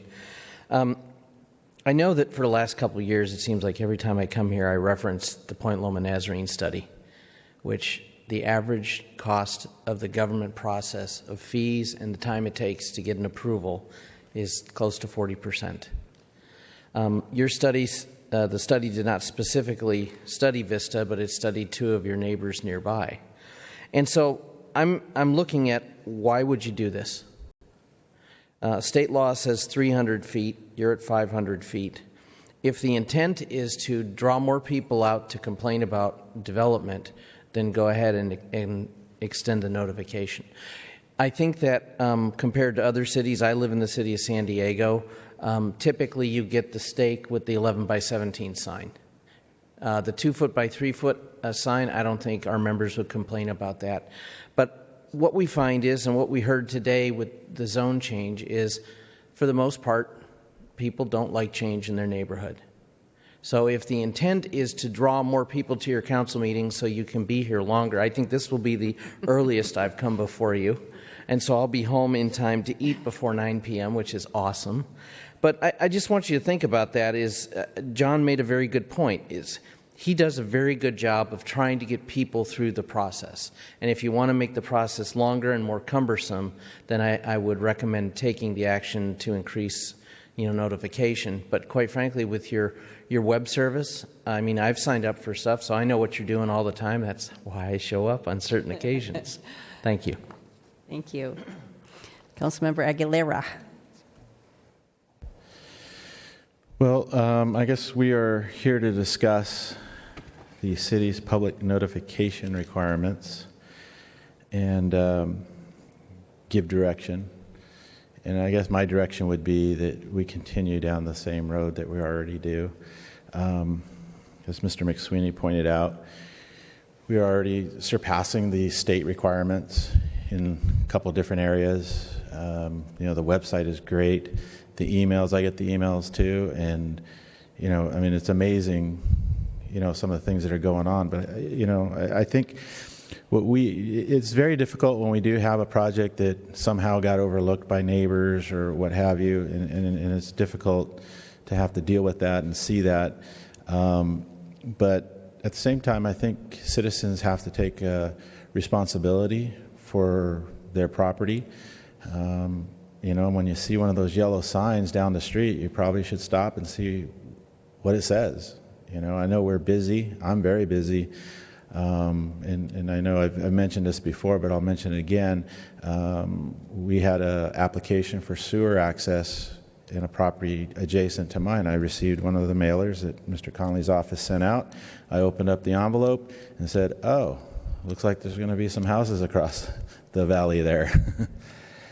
They're in the county, but I opened the envelope, and I think that we do need to take personal responsibility for our properties when we see something going on. And like I said, I know we're all busy in that, but I tell you what, no matter how many mailers you put out, wherever we stop it, whether it's 1,000 feet or 1,500 feet, the guy that's at 2,000 feet is going to be like, well, how come I didn't get notified? And it just goes on and on and on.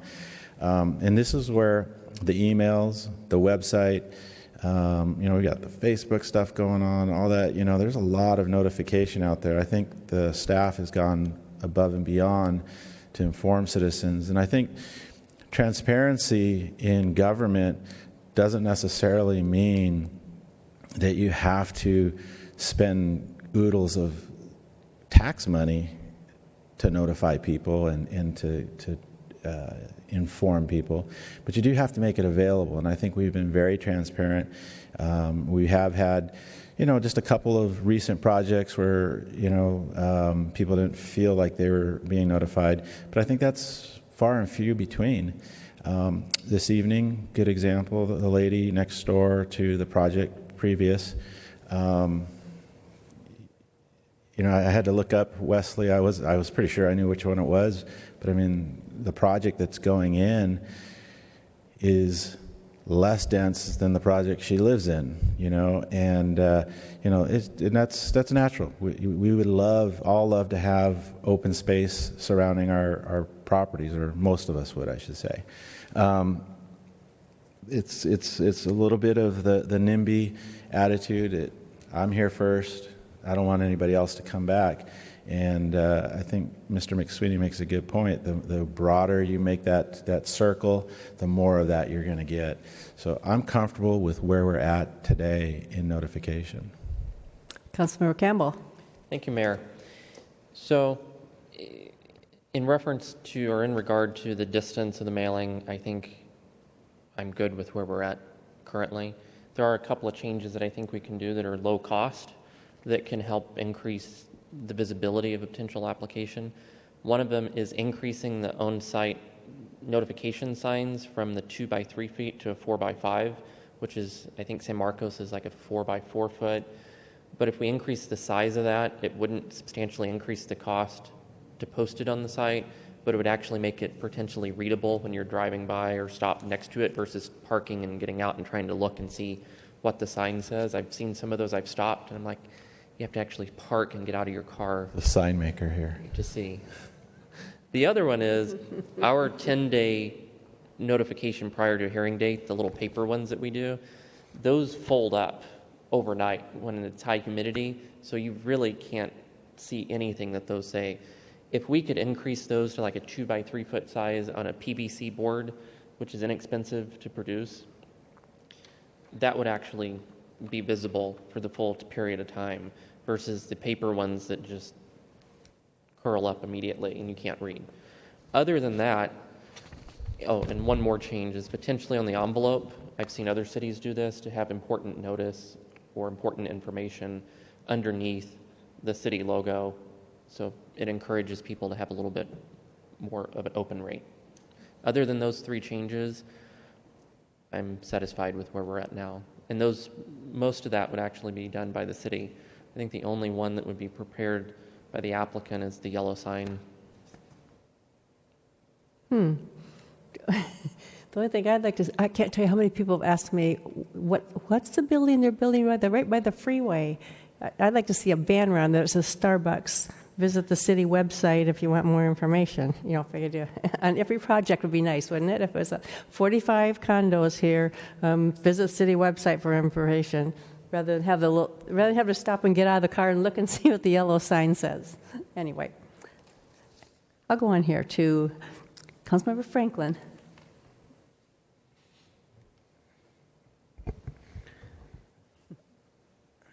So, I'm moved by the cost factor, a combination of the cost factor and the realization that a lot of folks that would have liked to have been notified about certain projects were well beyond even 1,500 feet, some are beyond 3,000 feet. So I agree with the idea that our mailings are not adequate to reach everyone, and by exponentially increasing the volume and exponentially increasing the cost, we may not be really doing any much greater good. I would agree with Councilman Campbell. I would suggest maybe 4 foot by 4 foot be a maximum, only because I think it might be a more standard media size. Anyway, we could dispute about that, but I'm not that big of a stickler on that. In discussion with staff on this subject, I thought maybe a good compromise would be a longer-term effort to work towards better ability to be in contact with our citizens electronically. I believe that it should be the goal of the City of Vista to have an email address that we communicate with every residential address in the city. That may be a 30-year goal, maybe it's a 10-year goal, but that should be a long-term goal of ours, to be in communication with our citizens electronically. It's certainly possible. Everybody has an email address. It should be a long-term.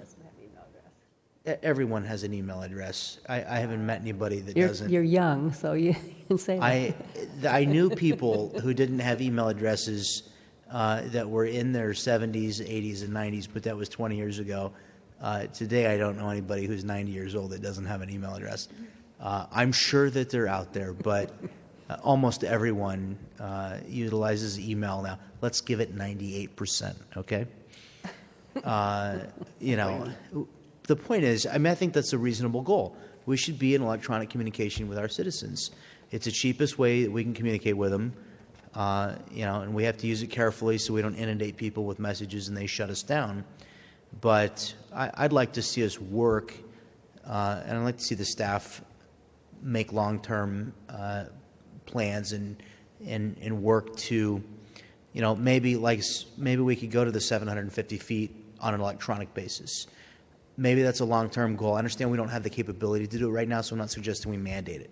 But I would like to see the staff accept that as a goal, to be in electronic communication with every household. I think that's a totally reasonable long-term goal for us. It don't have to be next year, but 10 years from now, that's certainly a doable thing, okay? And if you don't have an email address today and you're 90 years old, I guarantee you, if you're 90 years old 10 years from now, you're going to have an email address, okay? I would say to Councilman Franklin, we do that. We are striving to do that in terms of the Strawberry Festival, the Summer Fun Fest, going to our commissions, our committees to ask them to sign up when we speak at different clubs, encouraging everybody to take advantage of that so that they're informed. I don't want to get off topic, but I want to ask a question, but I'll suggest maybe we, on every form and document, we could start looking at collecting email addresses. Just a thought.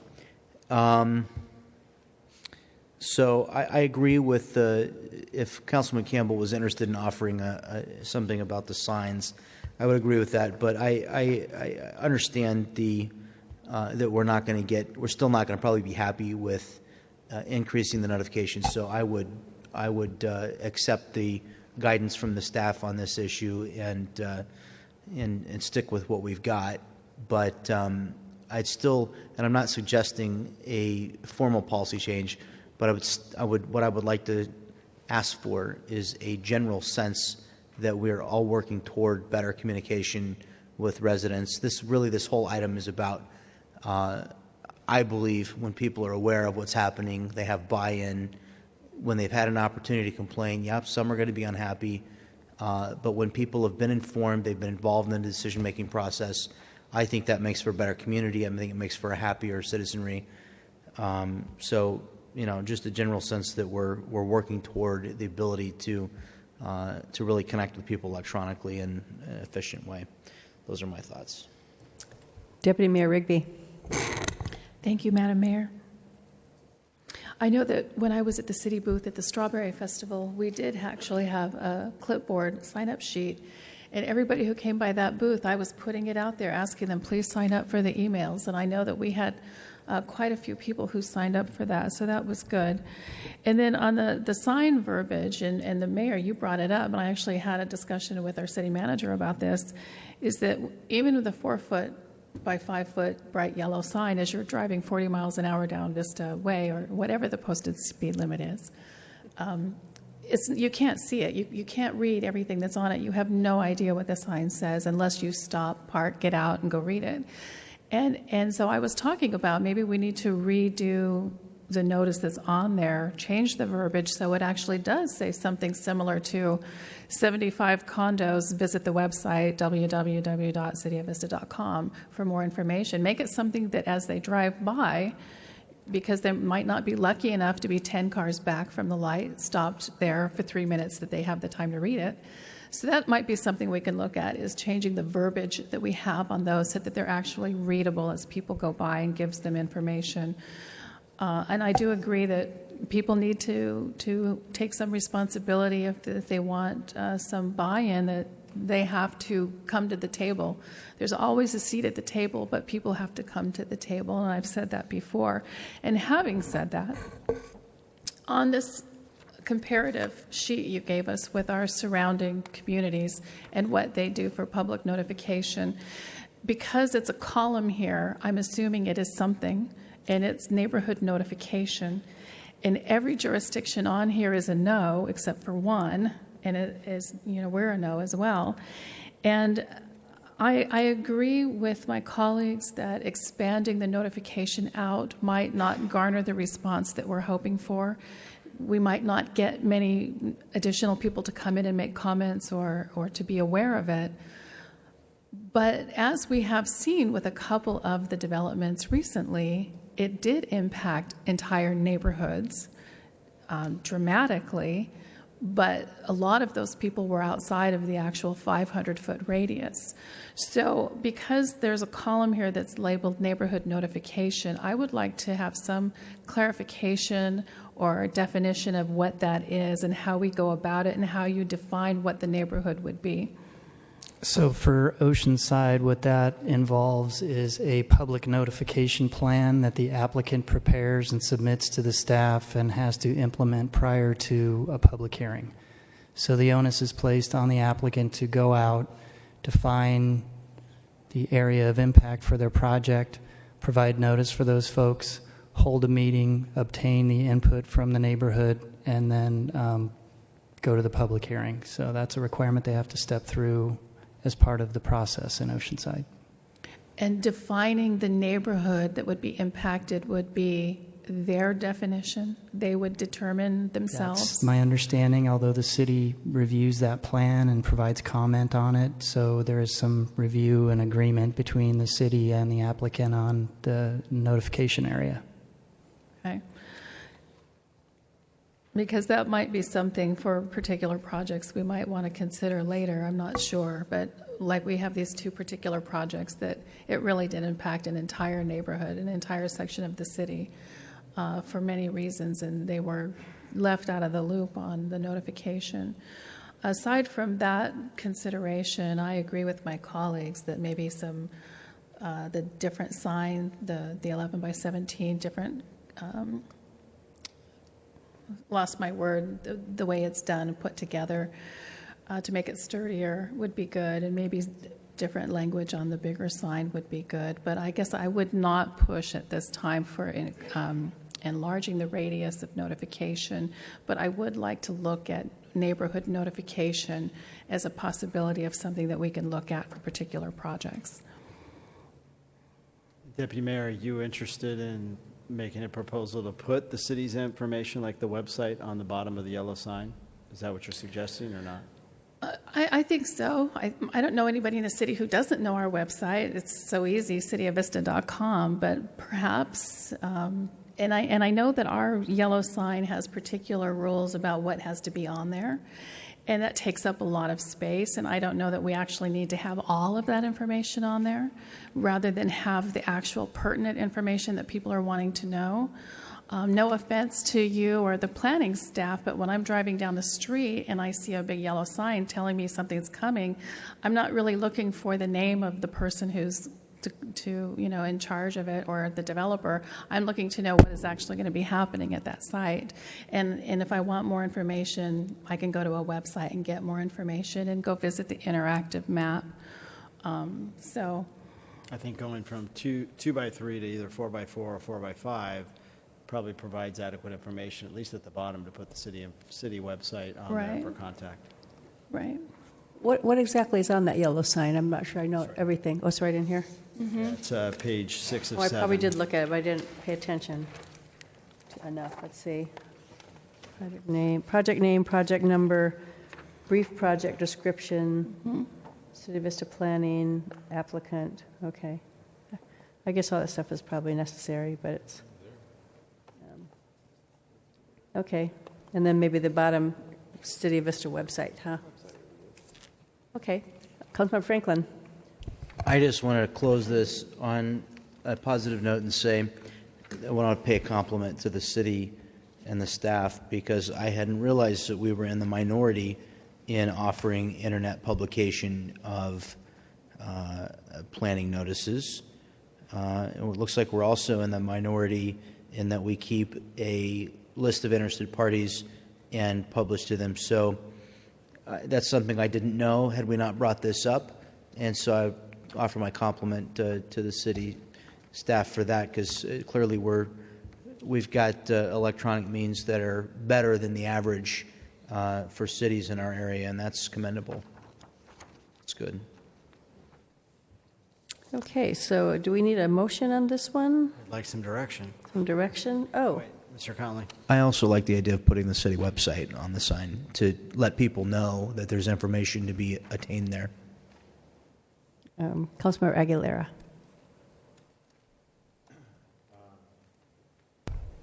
Sorry, pushed the wrong button. Yeah. You're there twice. So you can speak twice. Yeah, I'm okay with putting the city website. I think that's a good idea. Just put that at the bottom of the sign. And it sounds like everybody's in favor of making it a bigger sign. I'd take it either way. I think as long as the city website is visible, I don't care if it's on a 2x3 or 4x4. I think that's enough information. I think the notice currently gives all the pertinent information that's required. And other than that, I think the sturdy, I forgot about that. You see those things, and they get torn up. So I think that's a good suggestion there. Great. Other than that, I think we're doing a great job. So I'm in favor of just make the small tweaks to improve it, because it's always good to improve. I agree. So do you have enough direction from all of us? You need just to verbalize it more? So I have increase in sign size for notification signs at the time of application from 2x3 to 4x4 or 4x5, whatever's a more standard size. Change the public notice for public hearings, the red signs, to something more sturdy that won't flap away in the wind. Put important information on the envelope so that people are aware that it's an important notice. Those are the immediate actions. Then increase our electronic communication and consider more readable signs for the notices that we put up. And we'll have to look at that a little further and come back to you on that. But the first three are very simply done administrative changes. And on the city notification, just for clarification, we talked about going from 11 by 17 to 2x3, correct? That was Councilman Campbell's recommendation. Sorry, I have that on here as well. Thanks. Is it more expensive on the envelopes? Do you have to do another reprint to put important information on there? By a stamp. By I would imagine that we're going to hand stamp all right. those? We can order it on them once we do a new order, or we can do a stamp in the interim. Okay, I just don't want to spend a lot of money on redoing our envelopes. Okay, so now we have enough? Okay. So next we go to D4, regulations for candidate statements to be submitted to voters for the November 8th, 2016 general municipal election. And City Clerk Kathy Valdez will provide our staff report. Thank you. California Elections Code permits each candidate in any local election to prepare a candidate statement of qualifications to be printed in the voter information pamphlet no longer than 200 words, unless the local agency authorizes statements up to 400 words. The code also permits the local agency to charge the candidate an estimated pro rata share of the cost for language translation and printing the statement in the voter information pamphlet. The San Diego County Register of Voters estimates the cost to be $900 for the 200-word statement and $1,100 for a 400-word statement. City Council has three options. You may take no action, and each candidate will be allowed to submit a 200-word statement for which the city will be required to pay the full cost. Or option two would be to adopt a resolution limiting the candidate statement of qualifications to 200 words and requiring the candidates to pay the cost for their statement. The third option would be to adopt a resolution limiting the candidate statement of qualifications to 400 words and requiring the candidates to pay the cost of their statement. That completes my report. I'm available to answer any questions. Okay. Oh, I got lots of... Councilmember Franklin, are you first on here? I don't know if these are left over or if everybody quickly did that. I was left over, but I'll take it anyway. I support 400 words in the candidate pays. Want to make a motion? I would move that we allow 400 words and that the candidates pay the cost of their statement. I'll second that. And I just think the more information that's available, the better. And for some smaller or lower funded candidates, this is probably their best advertisement. So I think the more information we can provide to the voters, the better. So I'll second it. Councilmember Campbell. No comment needed. Okay. Call for the vote, I guess. Please cast your votes. Motion passes unanimously. The next thing is the process to resolve a tie vote for the November 8th, 2016 general municipal election, and our City Clerk Valdez will provide the staff report.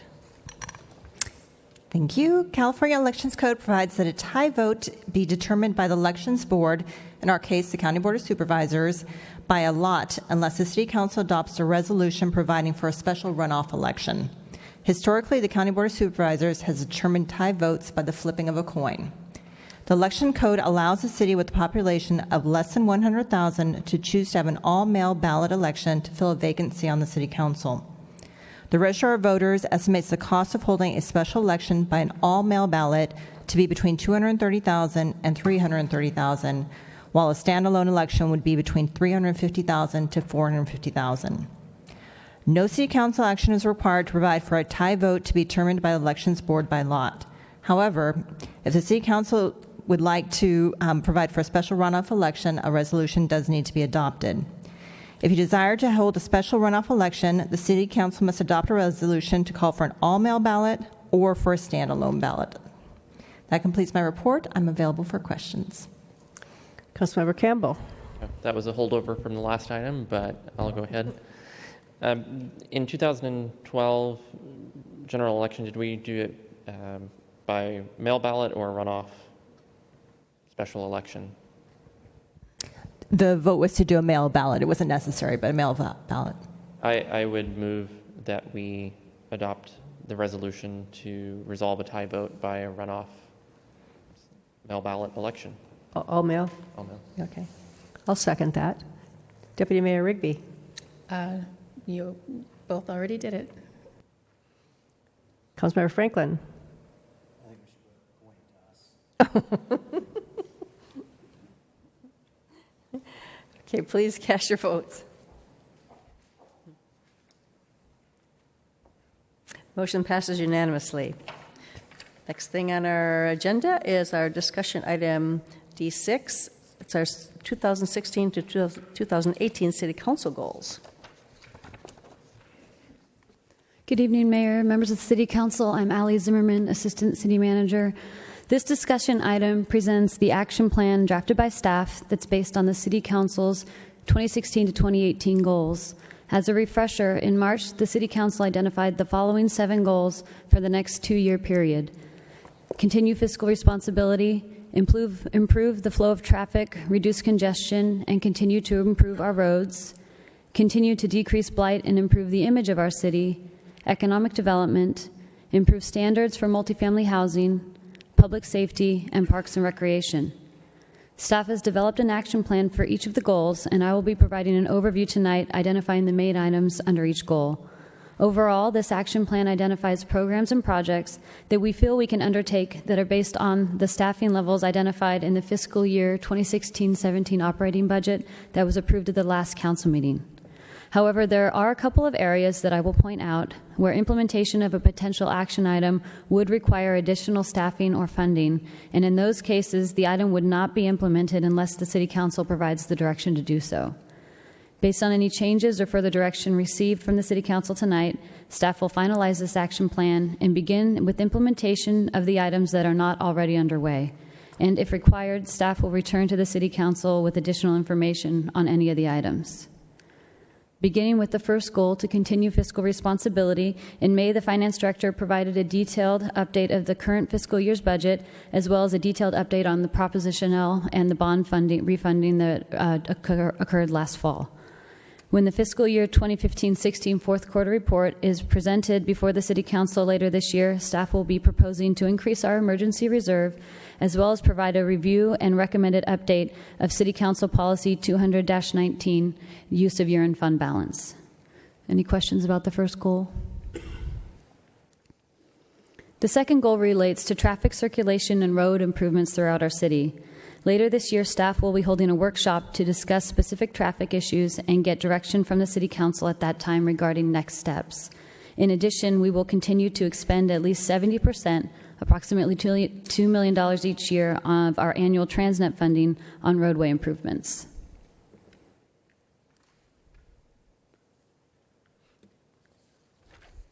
The third goal identified at the council workshop is continue to decrease blight and improve the image of our city.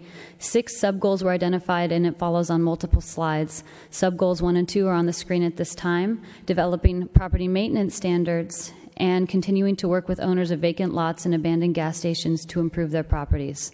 We have initiated the research to develop property maintenance standard enhancements. However, Councilman Campbell had indicated that he intends to propose a property maintenance standard ordinance at a future meeting, so we intend to wait for that introduction before we continue with the research at the staff level. Just a quick comment, if I might, on that, the research is being prepared, and that should come back at our meeting in August. Okay, great. Thank you.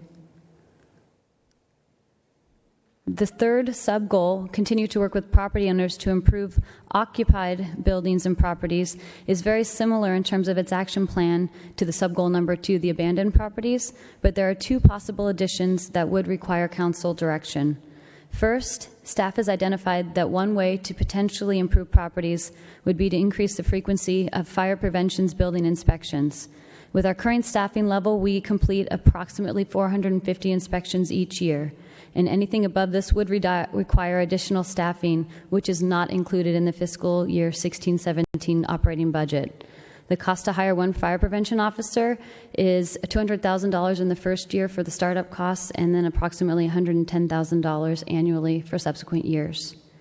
The second additional possible enhancement identified in this section would be to increase the facade improvement program's funding. Currently, we budget $75,000 a year, and the cap per business for use for one business improvement would be $15,000, so we can improve about 5 businesses a year. Increasing the funding for this program would allow for additional improvements, but it is not included in the fiscal 16-17 budget. Are there any questions or comments on those 2? Do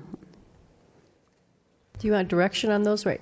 Is that what you're asking for? You said you need approval or direction on those 2?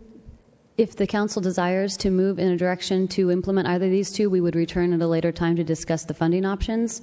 These are 2 of the items that I mentioned would require additional funding and subsequent staffing, and so if the council wants us to move forward, we would need your direction. Okay, Councilmember Councilmember Franklin. Sorry. You said that increasing the fire prevention inspections would help to decrease blight and code compliance? Correct. Fire prevention, code enforcement, and building inspection all provide different types of services that can help to improve properties, both the exterior and interior. Do the fire prevention inspectors look for code violations when they're on property? They look for fire code violations. Right. Which, if you're looking to reduce blight, a code enforcement officer from a blight perspective would be more impactful. And a code enforcement, an additional code enforcement officer was included in the upcoming budget. I'm concerned about increasing the fire prevention because I've heard from business owners that we had a dramatic increase to our fees. It was 2 or 3 or 4 times increase to the fire prevention inspection fees. So it can be pretty dramatic when a fire inspector goes out. It can be a pretty decent bill for business owners. And I don't think business owners are hoping to land on that square on the monopoly board more frequently than they currently are. That's not always a great card to draw out of the community chest. So I'd want to hear specific reasoning to increase these inspections. And it has to be safety related. I don't want to. I have concerns about that. Okay, Councilor Campbell. Thank you, Mayor. So my comments regarding the fire prevention inspection program, I have a couple of questions. Obviously, I think this item would need to come back, and I would actually like to have this item come back regarding the fire inspectors as a discussion item, because I think there's a lot of information that the council needs to be aware of.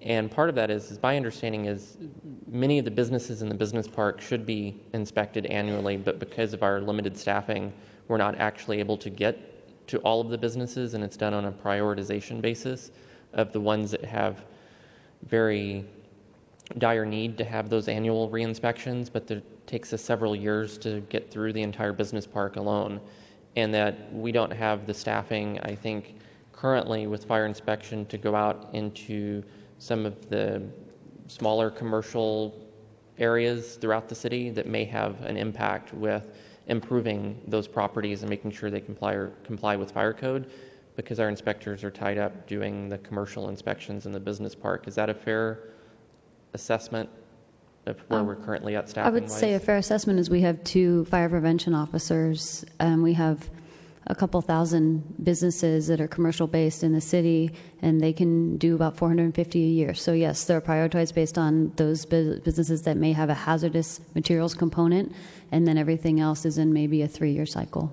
And many of those businesses, my understanding, have to be inspected annually. So it's not like they're rotating through those thousands with 400 a year. Many of those 400 have to be re-inspected on an annual basis. Correct. Okay. So they're not getting too many new ones every year.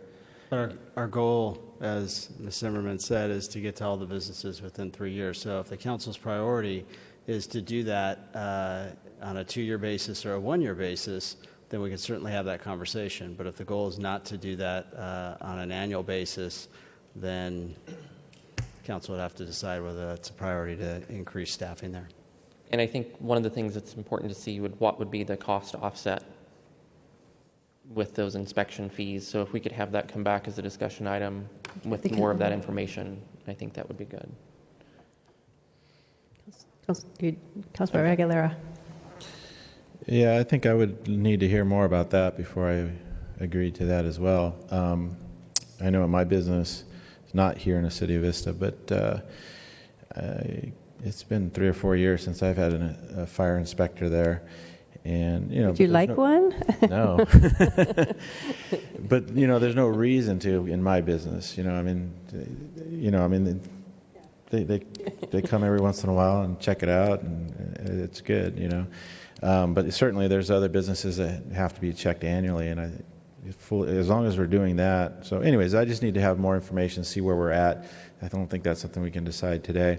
I did have a question about the facade. So it says in the works, no. So we're not doing that program right now? We are doing that. Expanding the program is not in the works. Got it. Okay. And I might add, currently, and Mr. Ham could correct me if I'm wrong, but I think we've expended about $50,000 of the $75,000 so far within this current fiscal year that's almost over.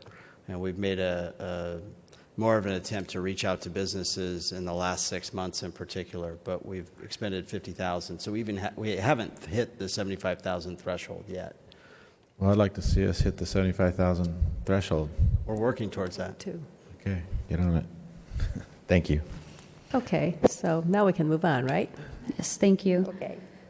There are 3 additional sub-goals in the goal to decrease blight and improve the image of the city. They're on your screen now. Research state programs to assist with financing for pocket parks and community gardens. Renew the city's partnership with Caltrans to improve blight on the entrance and exit ramps of our city, and then continue to monitor commercial signage.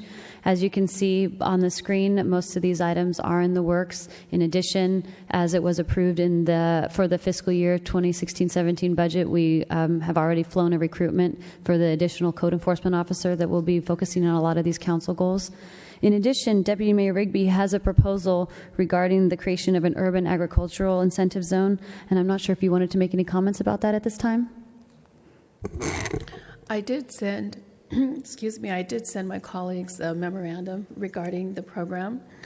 I went to a workshop in San Diego back in February about the program, and I think it is definitely worth looking into to get more detail on it, as it is a way to take some of these vacant lots that the property owner doesn't have any intention to do anything with them for a while, and take them and turn them into a community garden.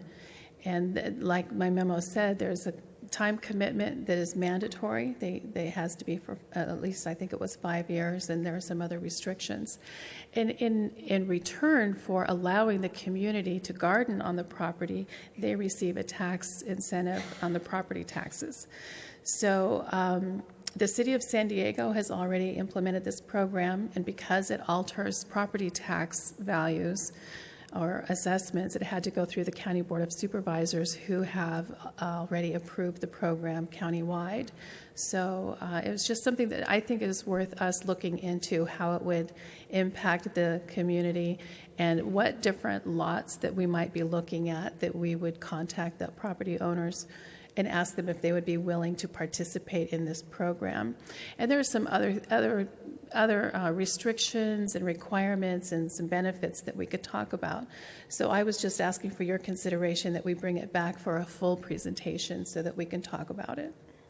Okay, could we also include in that the zoning code to allow community gardens by right? So maybe that would be in that whole discussion also. Okay. So if my colleagues are agreeable to that, we'll go ahead and schedule a presentation.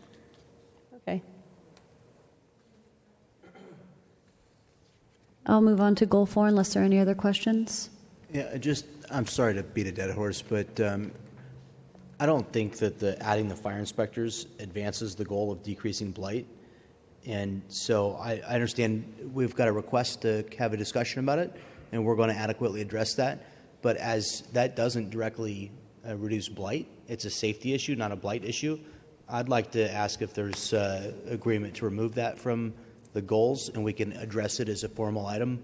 But I don't see that it furthers this goal. No, I think it does further the goal.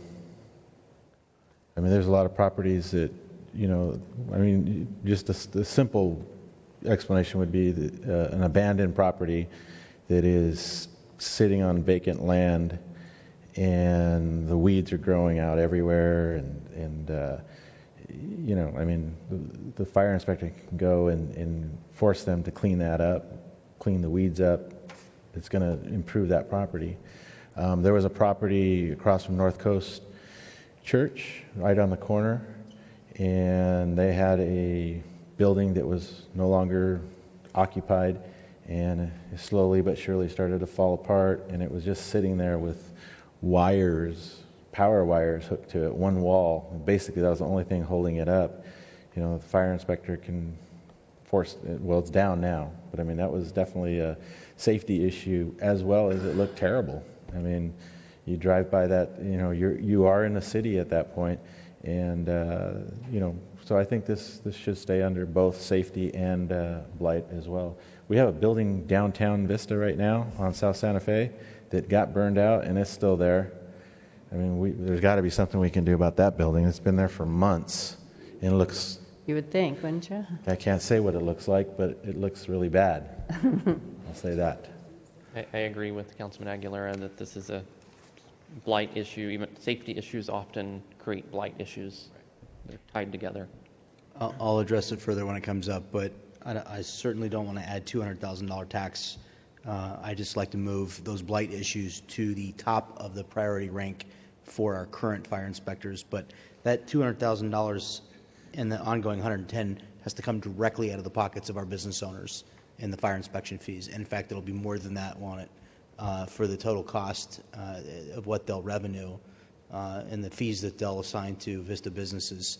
So I'm not excited about that, but we'll hear more about it. We'll talk about it, and I think that you can't have your cake and eat it too. You either want to improve the blight or take away the blight, I should say, or you don't. So I mean, there's a cost. So let's talk about it. I'm not saying we're going to do it, and I think we need more information. That's exactly what I said. Let's discuss it. Okay, moving on. All right. Goal number 4 is economic development. On the slide before you see the 2 of the 4 sub-goals to continue focus on Paseo Santa Fe phases 2 and 3, and to continue to further the development of historic downtown Paseo Santa Fe and Vista Village. A lot of these are through our redevelopment and economic development departments, and a lot of these are already ongoing. The facade program's on there again in this one. It is because we're going to spend some of that time emphasizing Paseo Santa Fe. Okay. Mm-hmm. We have 2 other sub-goals under there. Continue moving forward with our parking, lighting, walkability, the wayfinding signage for historic downtown, and to continue to attract new revenue-generating businesses to the city. On the parking and lighting wayfinding item, I wanted to point out that we are working towards having the Citrus Avenue parking lot in place prior to the 100 Main Street development. And we're also in the design stages now for the new wayfinding program, and staff will bring a recommendation to the City Council with the fiscal year 15-16 year-end fund balance to appropriate a little bit over $1 million to fund that new lighting and wayfinding program. Are there any questions or comments on the 4th goal? No, just very supportive of the lighting in our downtown. Thank you. I second that. The fifth item, to improve standards for multifamily housing, we're underway with some staff research right now, and in addition, we have the crime-free multifamily housing program that will be implemented. We're researching best practices in other cities as well. Any questions or comments?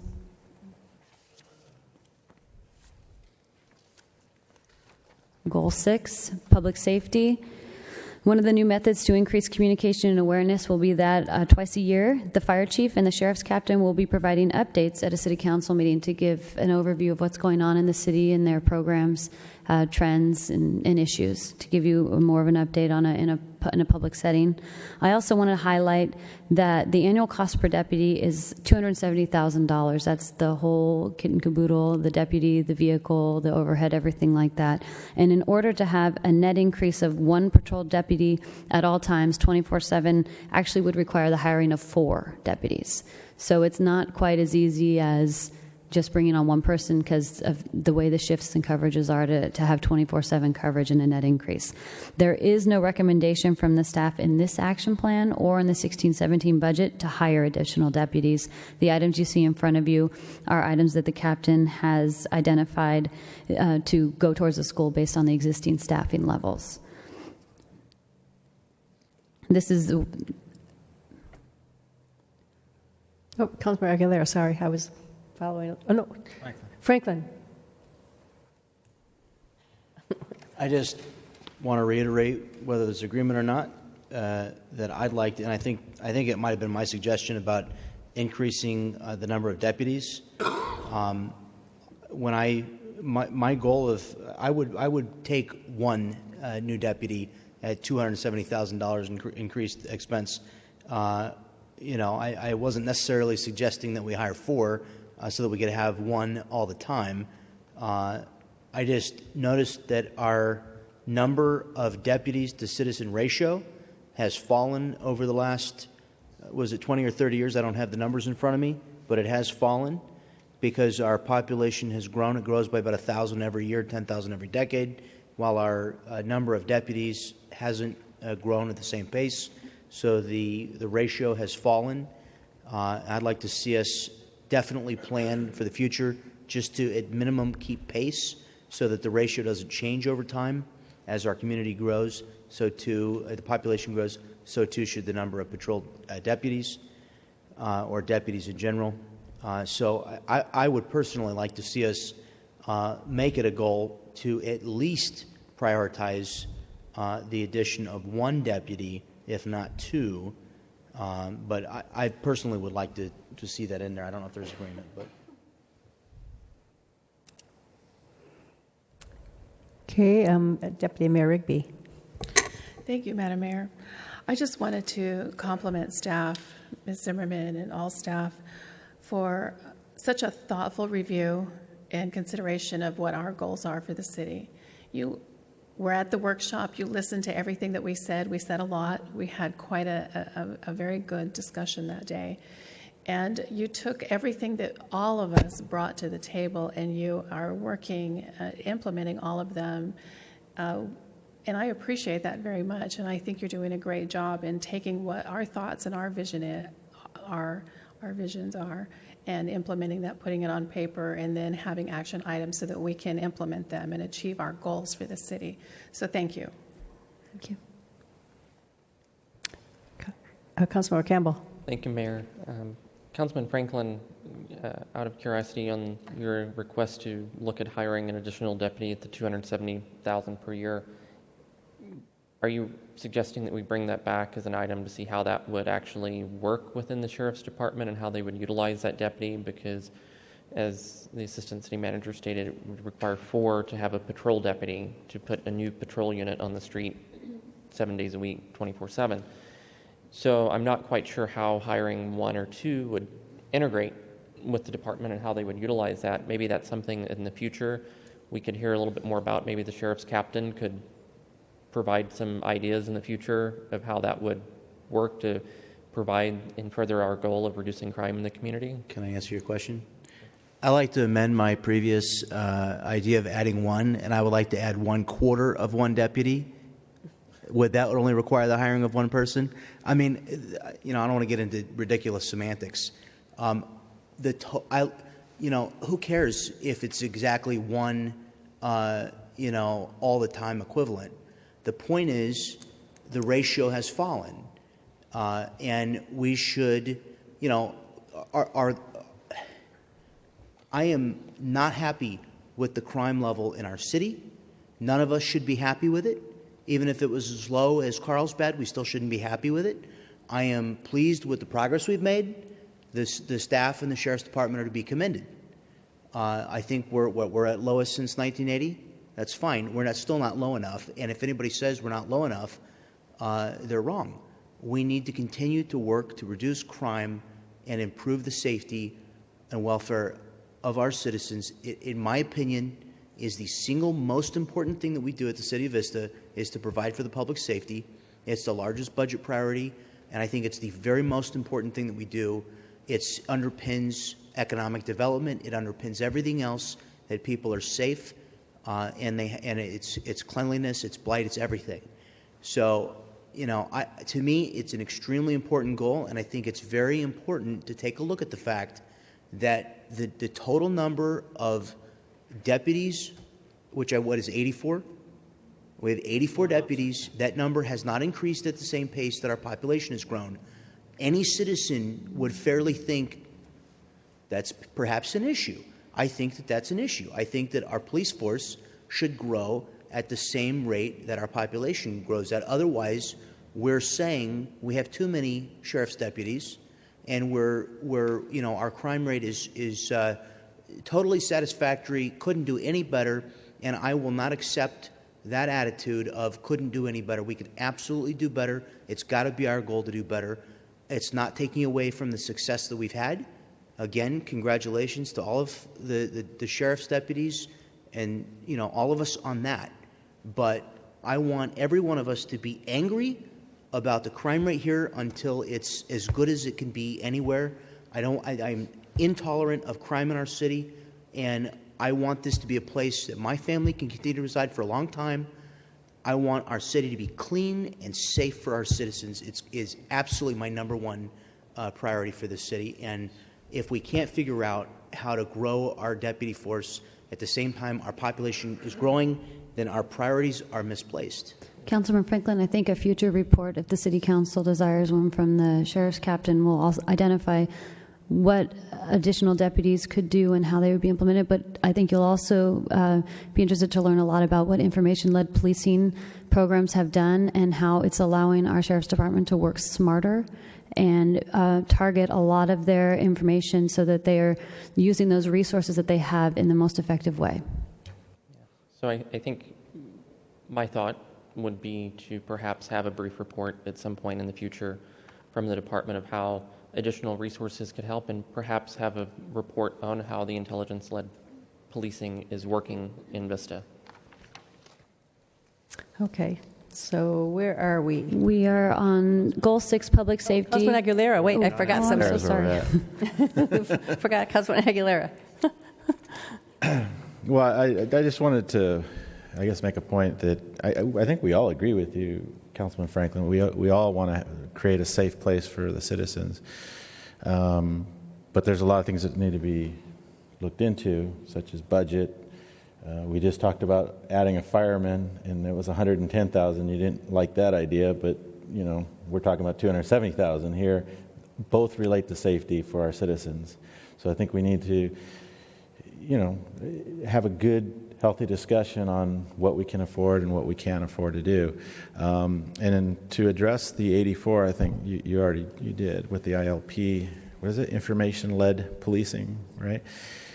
Just like anything in our country today and throughout the world, if you look at how productive we are versus 30 years ago, the sheriffs have become a lot more productive as well. And I think that using technology, they've been able to catch a lot more of the bad guys. Again, I don't disagree with you that if we can find a way to make our city safer, that's why it's here as a goal. Let's have that discussion. But I don't think by not adding a sheriff officer, I don't think any of us here are agreeing that we're satisfied with where we're at in our crime rate. So I did want to hear more about the booking over notice to appear. So maybe our sheriff will discuss that when he comes up. Maybe are we going to do that tonight, or can we have this discussion at a later time? No, yeah, we're moving. Oh, okay. Yeah, I just want to make sure that that's going to be part. I see John Franklin pushing his button. I don't want to have the debate going on tonight. I think I'm not here to debate. Have this, the sheriff so here and have some more information, and then we can have the discussion. I was hoping to let him know that we all agree with him, so he wouldn't have to. Yeah, we can discuss this later. I'll be very brief. Councilmember Franklin. I'll be very brief, but I just want to say that criminals are more efficient now, too. Okay. Moving on, there are actually two sub-goals under public safety. The second sub-goal, which is to reduce panhandling and homelessness with the goal of elimination. This was one of the items brought up again at your workshop. The Sheriff's Department does enforce panhandling throughout the city, including on our highway off-ramps, even though those are technically the jurisdiction of CHP and Caltrans. And Sheriff and Code Enforcement also work proactively to locate and abate homeless encampments. They're typically hidden from the public, but they can pose large safety and fire risks in our community and to everyone involved. And I see some names on the screen for this one. Councilmember Franklin. Well, actually, that was... Is that left over? Oh. But can we use our fire inspector for this purpose? What would the fire inspector be doing? Well, you said they pose a fire risk, the homeless encampments. Yeah. Well, code, yes, between the Civil Abatement Task Force, which but includes... not the fire inspector. Well, if the fire inspector is needed, they take them as well. Have to sell me on that fire inspector. Well, we have one that started a fire behind my house, a homeless person, so it was not a place where an inspector would go. No, but seriously, the homelessness issue is one that's very important to me, and I've been talking to a lot of community members about putting together a task force. And thank you to our city manager, Patrick Johnson, for putting a conference call together with the county Department of Health and the mental health folks that serve our city. It is something that I'm trying to spend some time on, because it's not only an important public safety issue, but it's also, in my opinion, a very important humanitarian issue. We all have an obligation to work to serve the needs of those people that are chronically homeless, and I am very passionate about that. So I'm trying to find some folks that want to serve on a larger group that maybe several cities in North County could participate in, and we could work to bring this issue back to to regular dialogue. There is a regional homeless task force that meets. I don't know if they still meet. Do you know anything about the ones Escondido? They still do, but I think what Councilman Franklin's referring to is a little different than that. Okay. Councilman Campbell.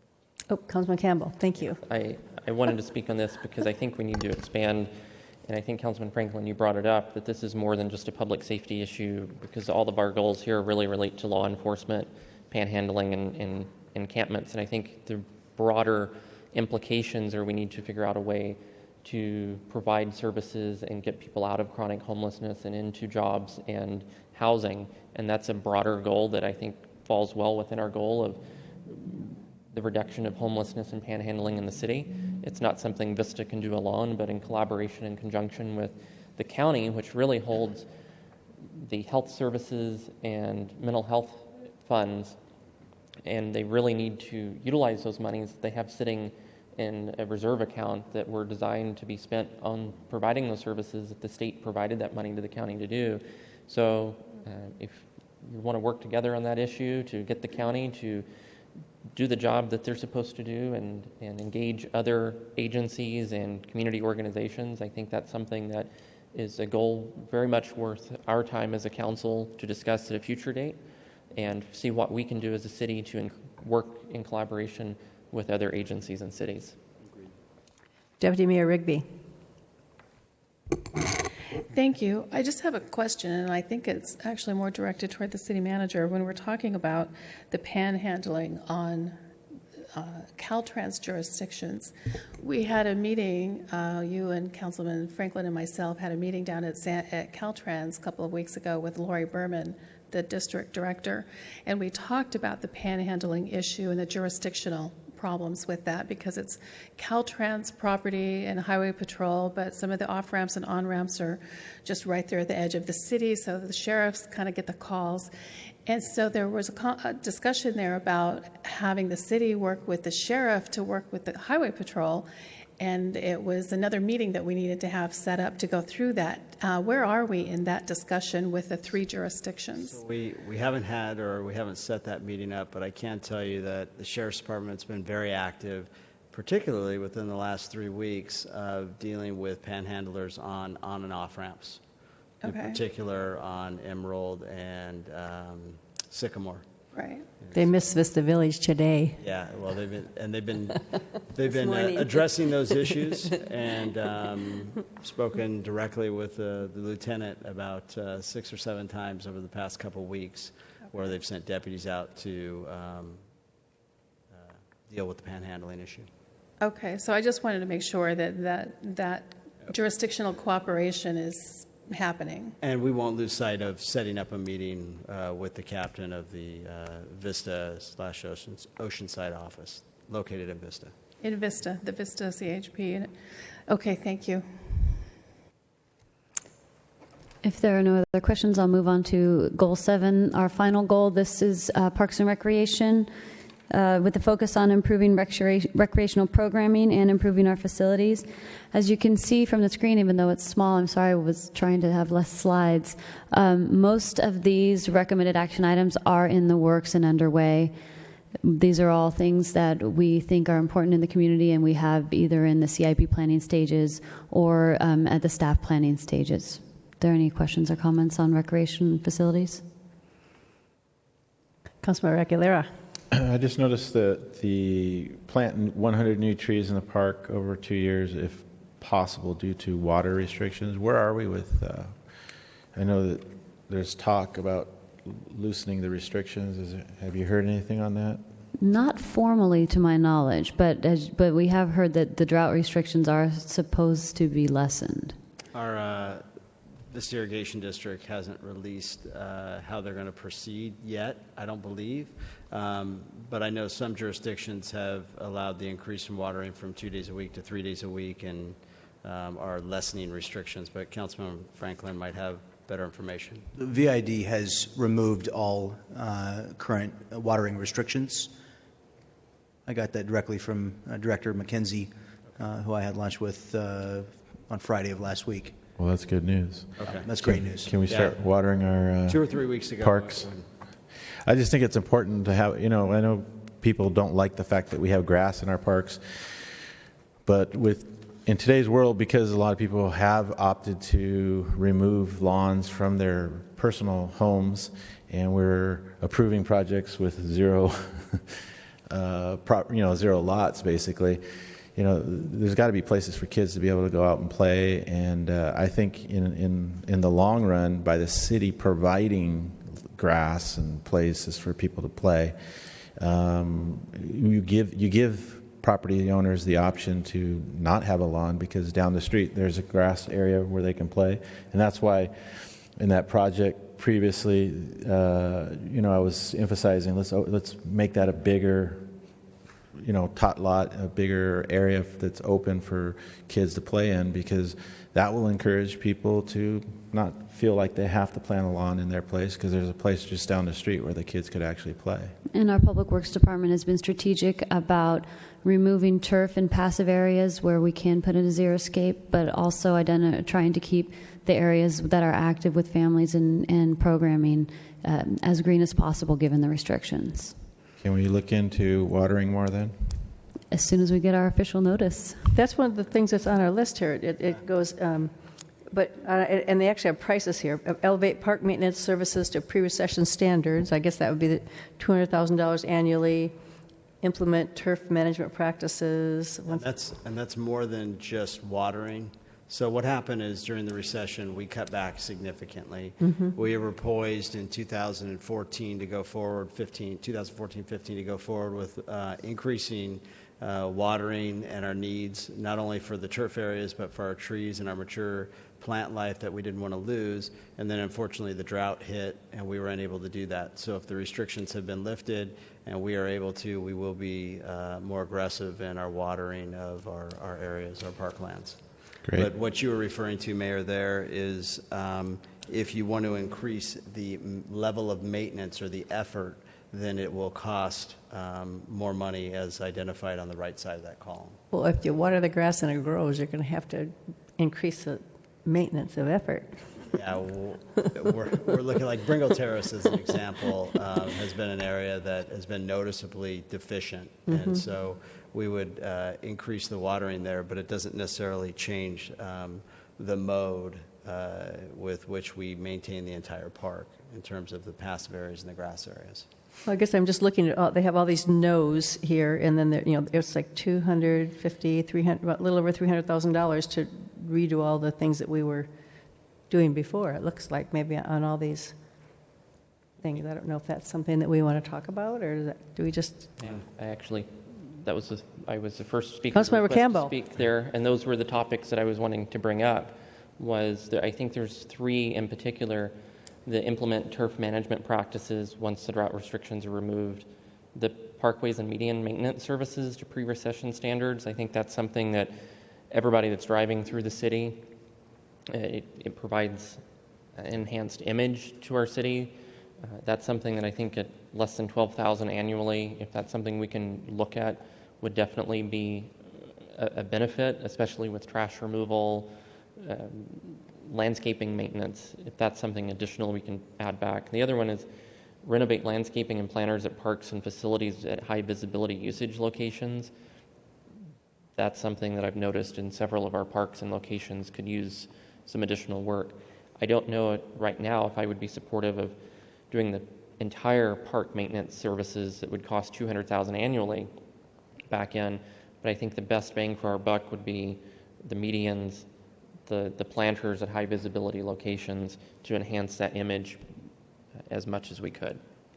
And what we'll do is we'll go back and we'll review what the restrictions that have been lifted to make sure that we as a government organization are able to maintain our medians to a higher standard in terms of turf irrigation, because at one time there was legislation from the state that even though mandates may be lifted, that we still had to abide by the drought restrictions for medians. And so we can take a look at that and report and I back. think one of the things that I would suggest looking at wouldn't necessarily be meaning more turf, but what other cities have done, which is more of a long-term zero-scaping of some of those medians that would result in long-term cost savings and the lower maintenance long-term. So if we could maybe look at some of those high-traffic, high-visibility median sections to convert some of that, the smaller planters, the smaller plant landscaping, not the trees, so to speak, to convert that to more of a zero-scape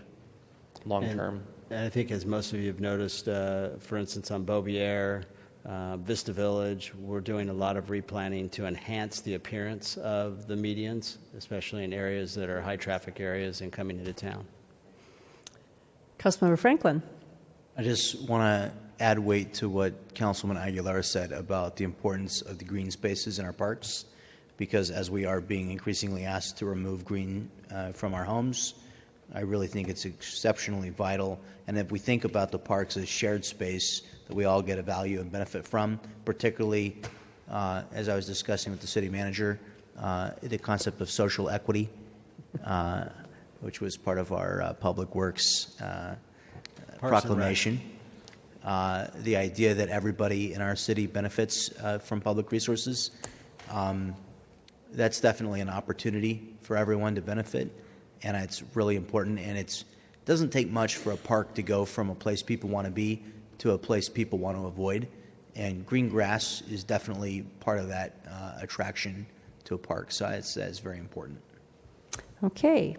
Well, with that is the end of our goals. This completes my presentation. And that puts us, we had no public hearings this evening, so then we are to oral communications. I have one speaker, if she's still here. We'll see if she's here. It is Terry Cleveland. Yay, you stayed the whole time.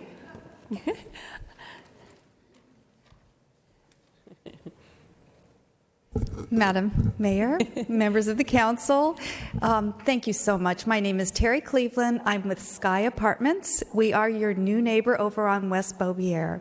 So I'm just here to tell you thank you so much for your service. Thank you much to the volunteer appointees. We are honored and proud to be part of this community, and we're dedicated to providing whatever community service and outreach we can. We're proud to hire local residents. We're proud to provide homes for local residents. And we are committed to living green with our recycling and energy efficiency programs. So if you haven't been out to visit us recently, we hope you will come very, very soon. Thank you very much. Thank you so much, and thank you for staying. Okay, with that, I have remarks. So I'll go down. I'll start with Deputy Mayor Rigby. They're bad. Feeling not so good tonight. I'm so sorry. Thank you, Madam Mayor. My thanks to the Assistant City Manager on the last item might have been a little premature. For some reason, I thought when she took a breath, she was finished. But I just wanted to say we really appreciate staff and everything that you do for all of us all the time. So thank you for that. I want to wish everybody a happy 4th of July. And I know some of us or some of you are going on vacation in the month of July. So enjoy your vacation and try not to come back with any extra baggage like I did. And with that, I just wanted to say on the Moonlight, I don't know if Sister Act is still playing, but if you haven't seen Sister Act yet, you really need to go see it. It was absolutely phenomenal. And once again, congratulations to the Moonlight and Steve and Dan for another, I'm assuming is going to be a stellar season by the kickoff show. So it was really good. So with that, thank you all for a great evening. Okay, Councilmember Franklin. Councilmember Campbell. Very briefly, I would like to report on 2 items that affect the economy here in Vista. A week and a half ago, Kevin Ham and I had an opportunity to go down to the San Diego Regional Chamber of Commerce and meet with a business roundtable regarding issues affecting the craft beer industry in San Diego County. And then yesterday, the mayor and I had an opportunity to meet with the breweries here in Vista at a roundtable to discuss what we can do as a city to work with that industry and continue the economic vibrancy that they bring here to the city. And then Friday, I had an opportunity to go to Camp Pendleton all day and was with the Marine Special Operations Command 1st Marine Raider Battalion to learn more about what they do and represented the city at that event. So. And keep us safe. Councilmember Aguilera. Yeah, I was out of town this week and had the opportunity to go into Albertsons and just check the beers that they had there, and we had a couple of Vista beers there, so that was great to see. So it's really given great exposure to not only the city of Vista, but North County as well, and all of San Diego. So it's just thought I would mention that. Other than that, I just want to wish everybody a safe and happy 4th of July. And Sister Act is on for one more weekend, I believe. Through Saturday. Through Saturday, yeah. So it's gonna be, if you haven't seen it, go see it. It's a great show. So I have a few little things here. The city's Independence Celebration takes place on Monday, July the 4th at the Moonlight Amphitheater in Bringle Terrace Park. So we have they have the great fireworks again this year. So join us over there. Bringle Terrace Park opens at 7 a.m. The Moonlight Amphitheater gates open at 5. Military honors 7:15 and the Mardells at 7:30. Fireworks are at 9. The admission to the Moonlight Amphitheater is $5 per person. Children 5 and under are free. Active and retired military with an ID and their family are free. Parking in the park is $15 a car and $30 for a recreational vehicle. Also on July the 4th is Public Safety Appreciation Day at the Wave Water Park. Military, fire, and law enforcement, active or retired, receive free admission with a valid ID. New restrooms have been installed at Bringle Terrace Park and North Buena Vista Park near the Duck Pond as part of our park renovation improvement program. In addition, the crews are finishing work on the Buena Vista Creek Boardwalk, and the trail will be open to the public by July the 4th. That's exciting. People have been waiting for that. The public may still see some cleanup work taking place on the trail in the Bringle Terrace Park through July. The next free movies in the park is Saturday, July the 16th at Bringle Terrace Park. It's a summer fest. It takes place at 5:30, and Star Wars The Force Awakens begins at 8. So that should be a fun evening and afternoon there. or it's actually evening. The Summerfest takes place at 5:30, and then the Star Wars begins at 8. Information is at cityofvista.com, our website.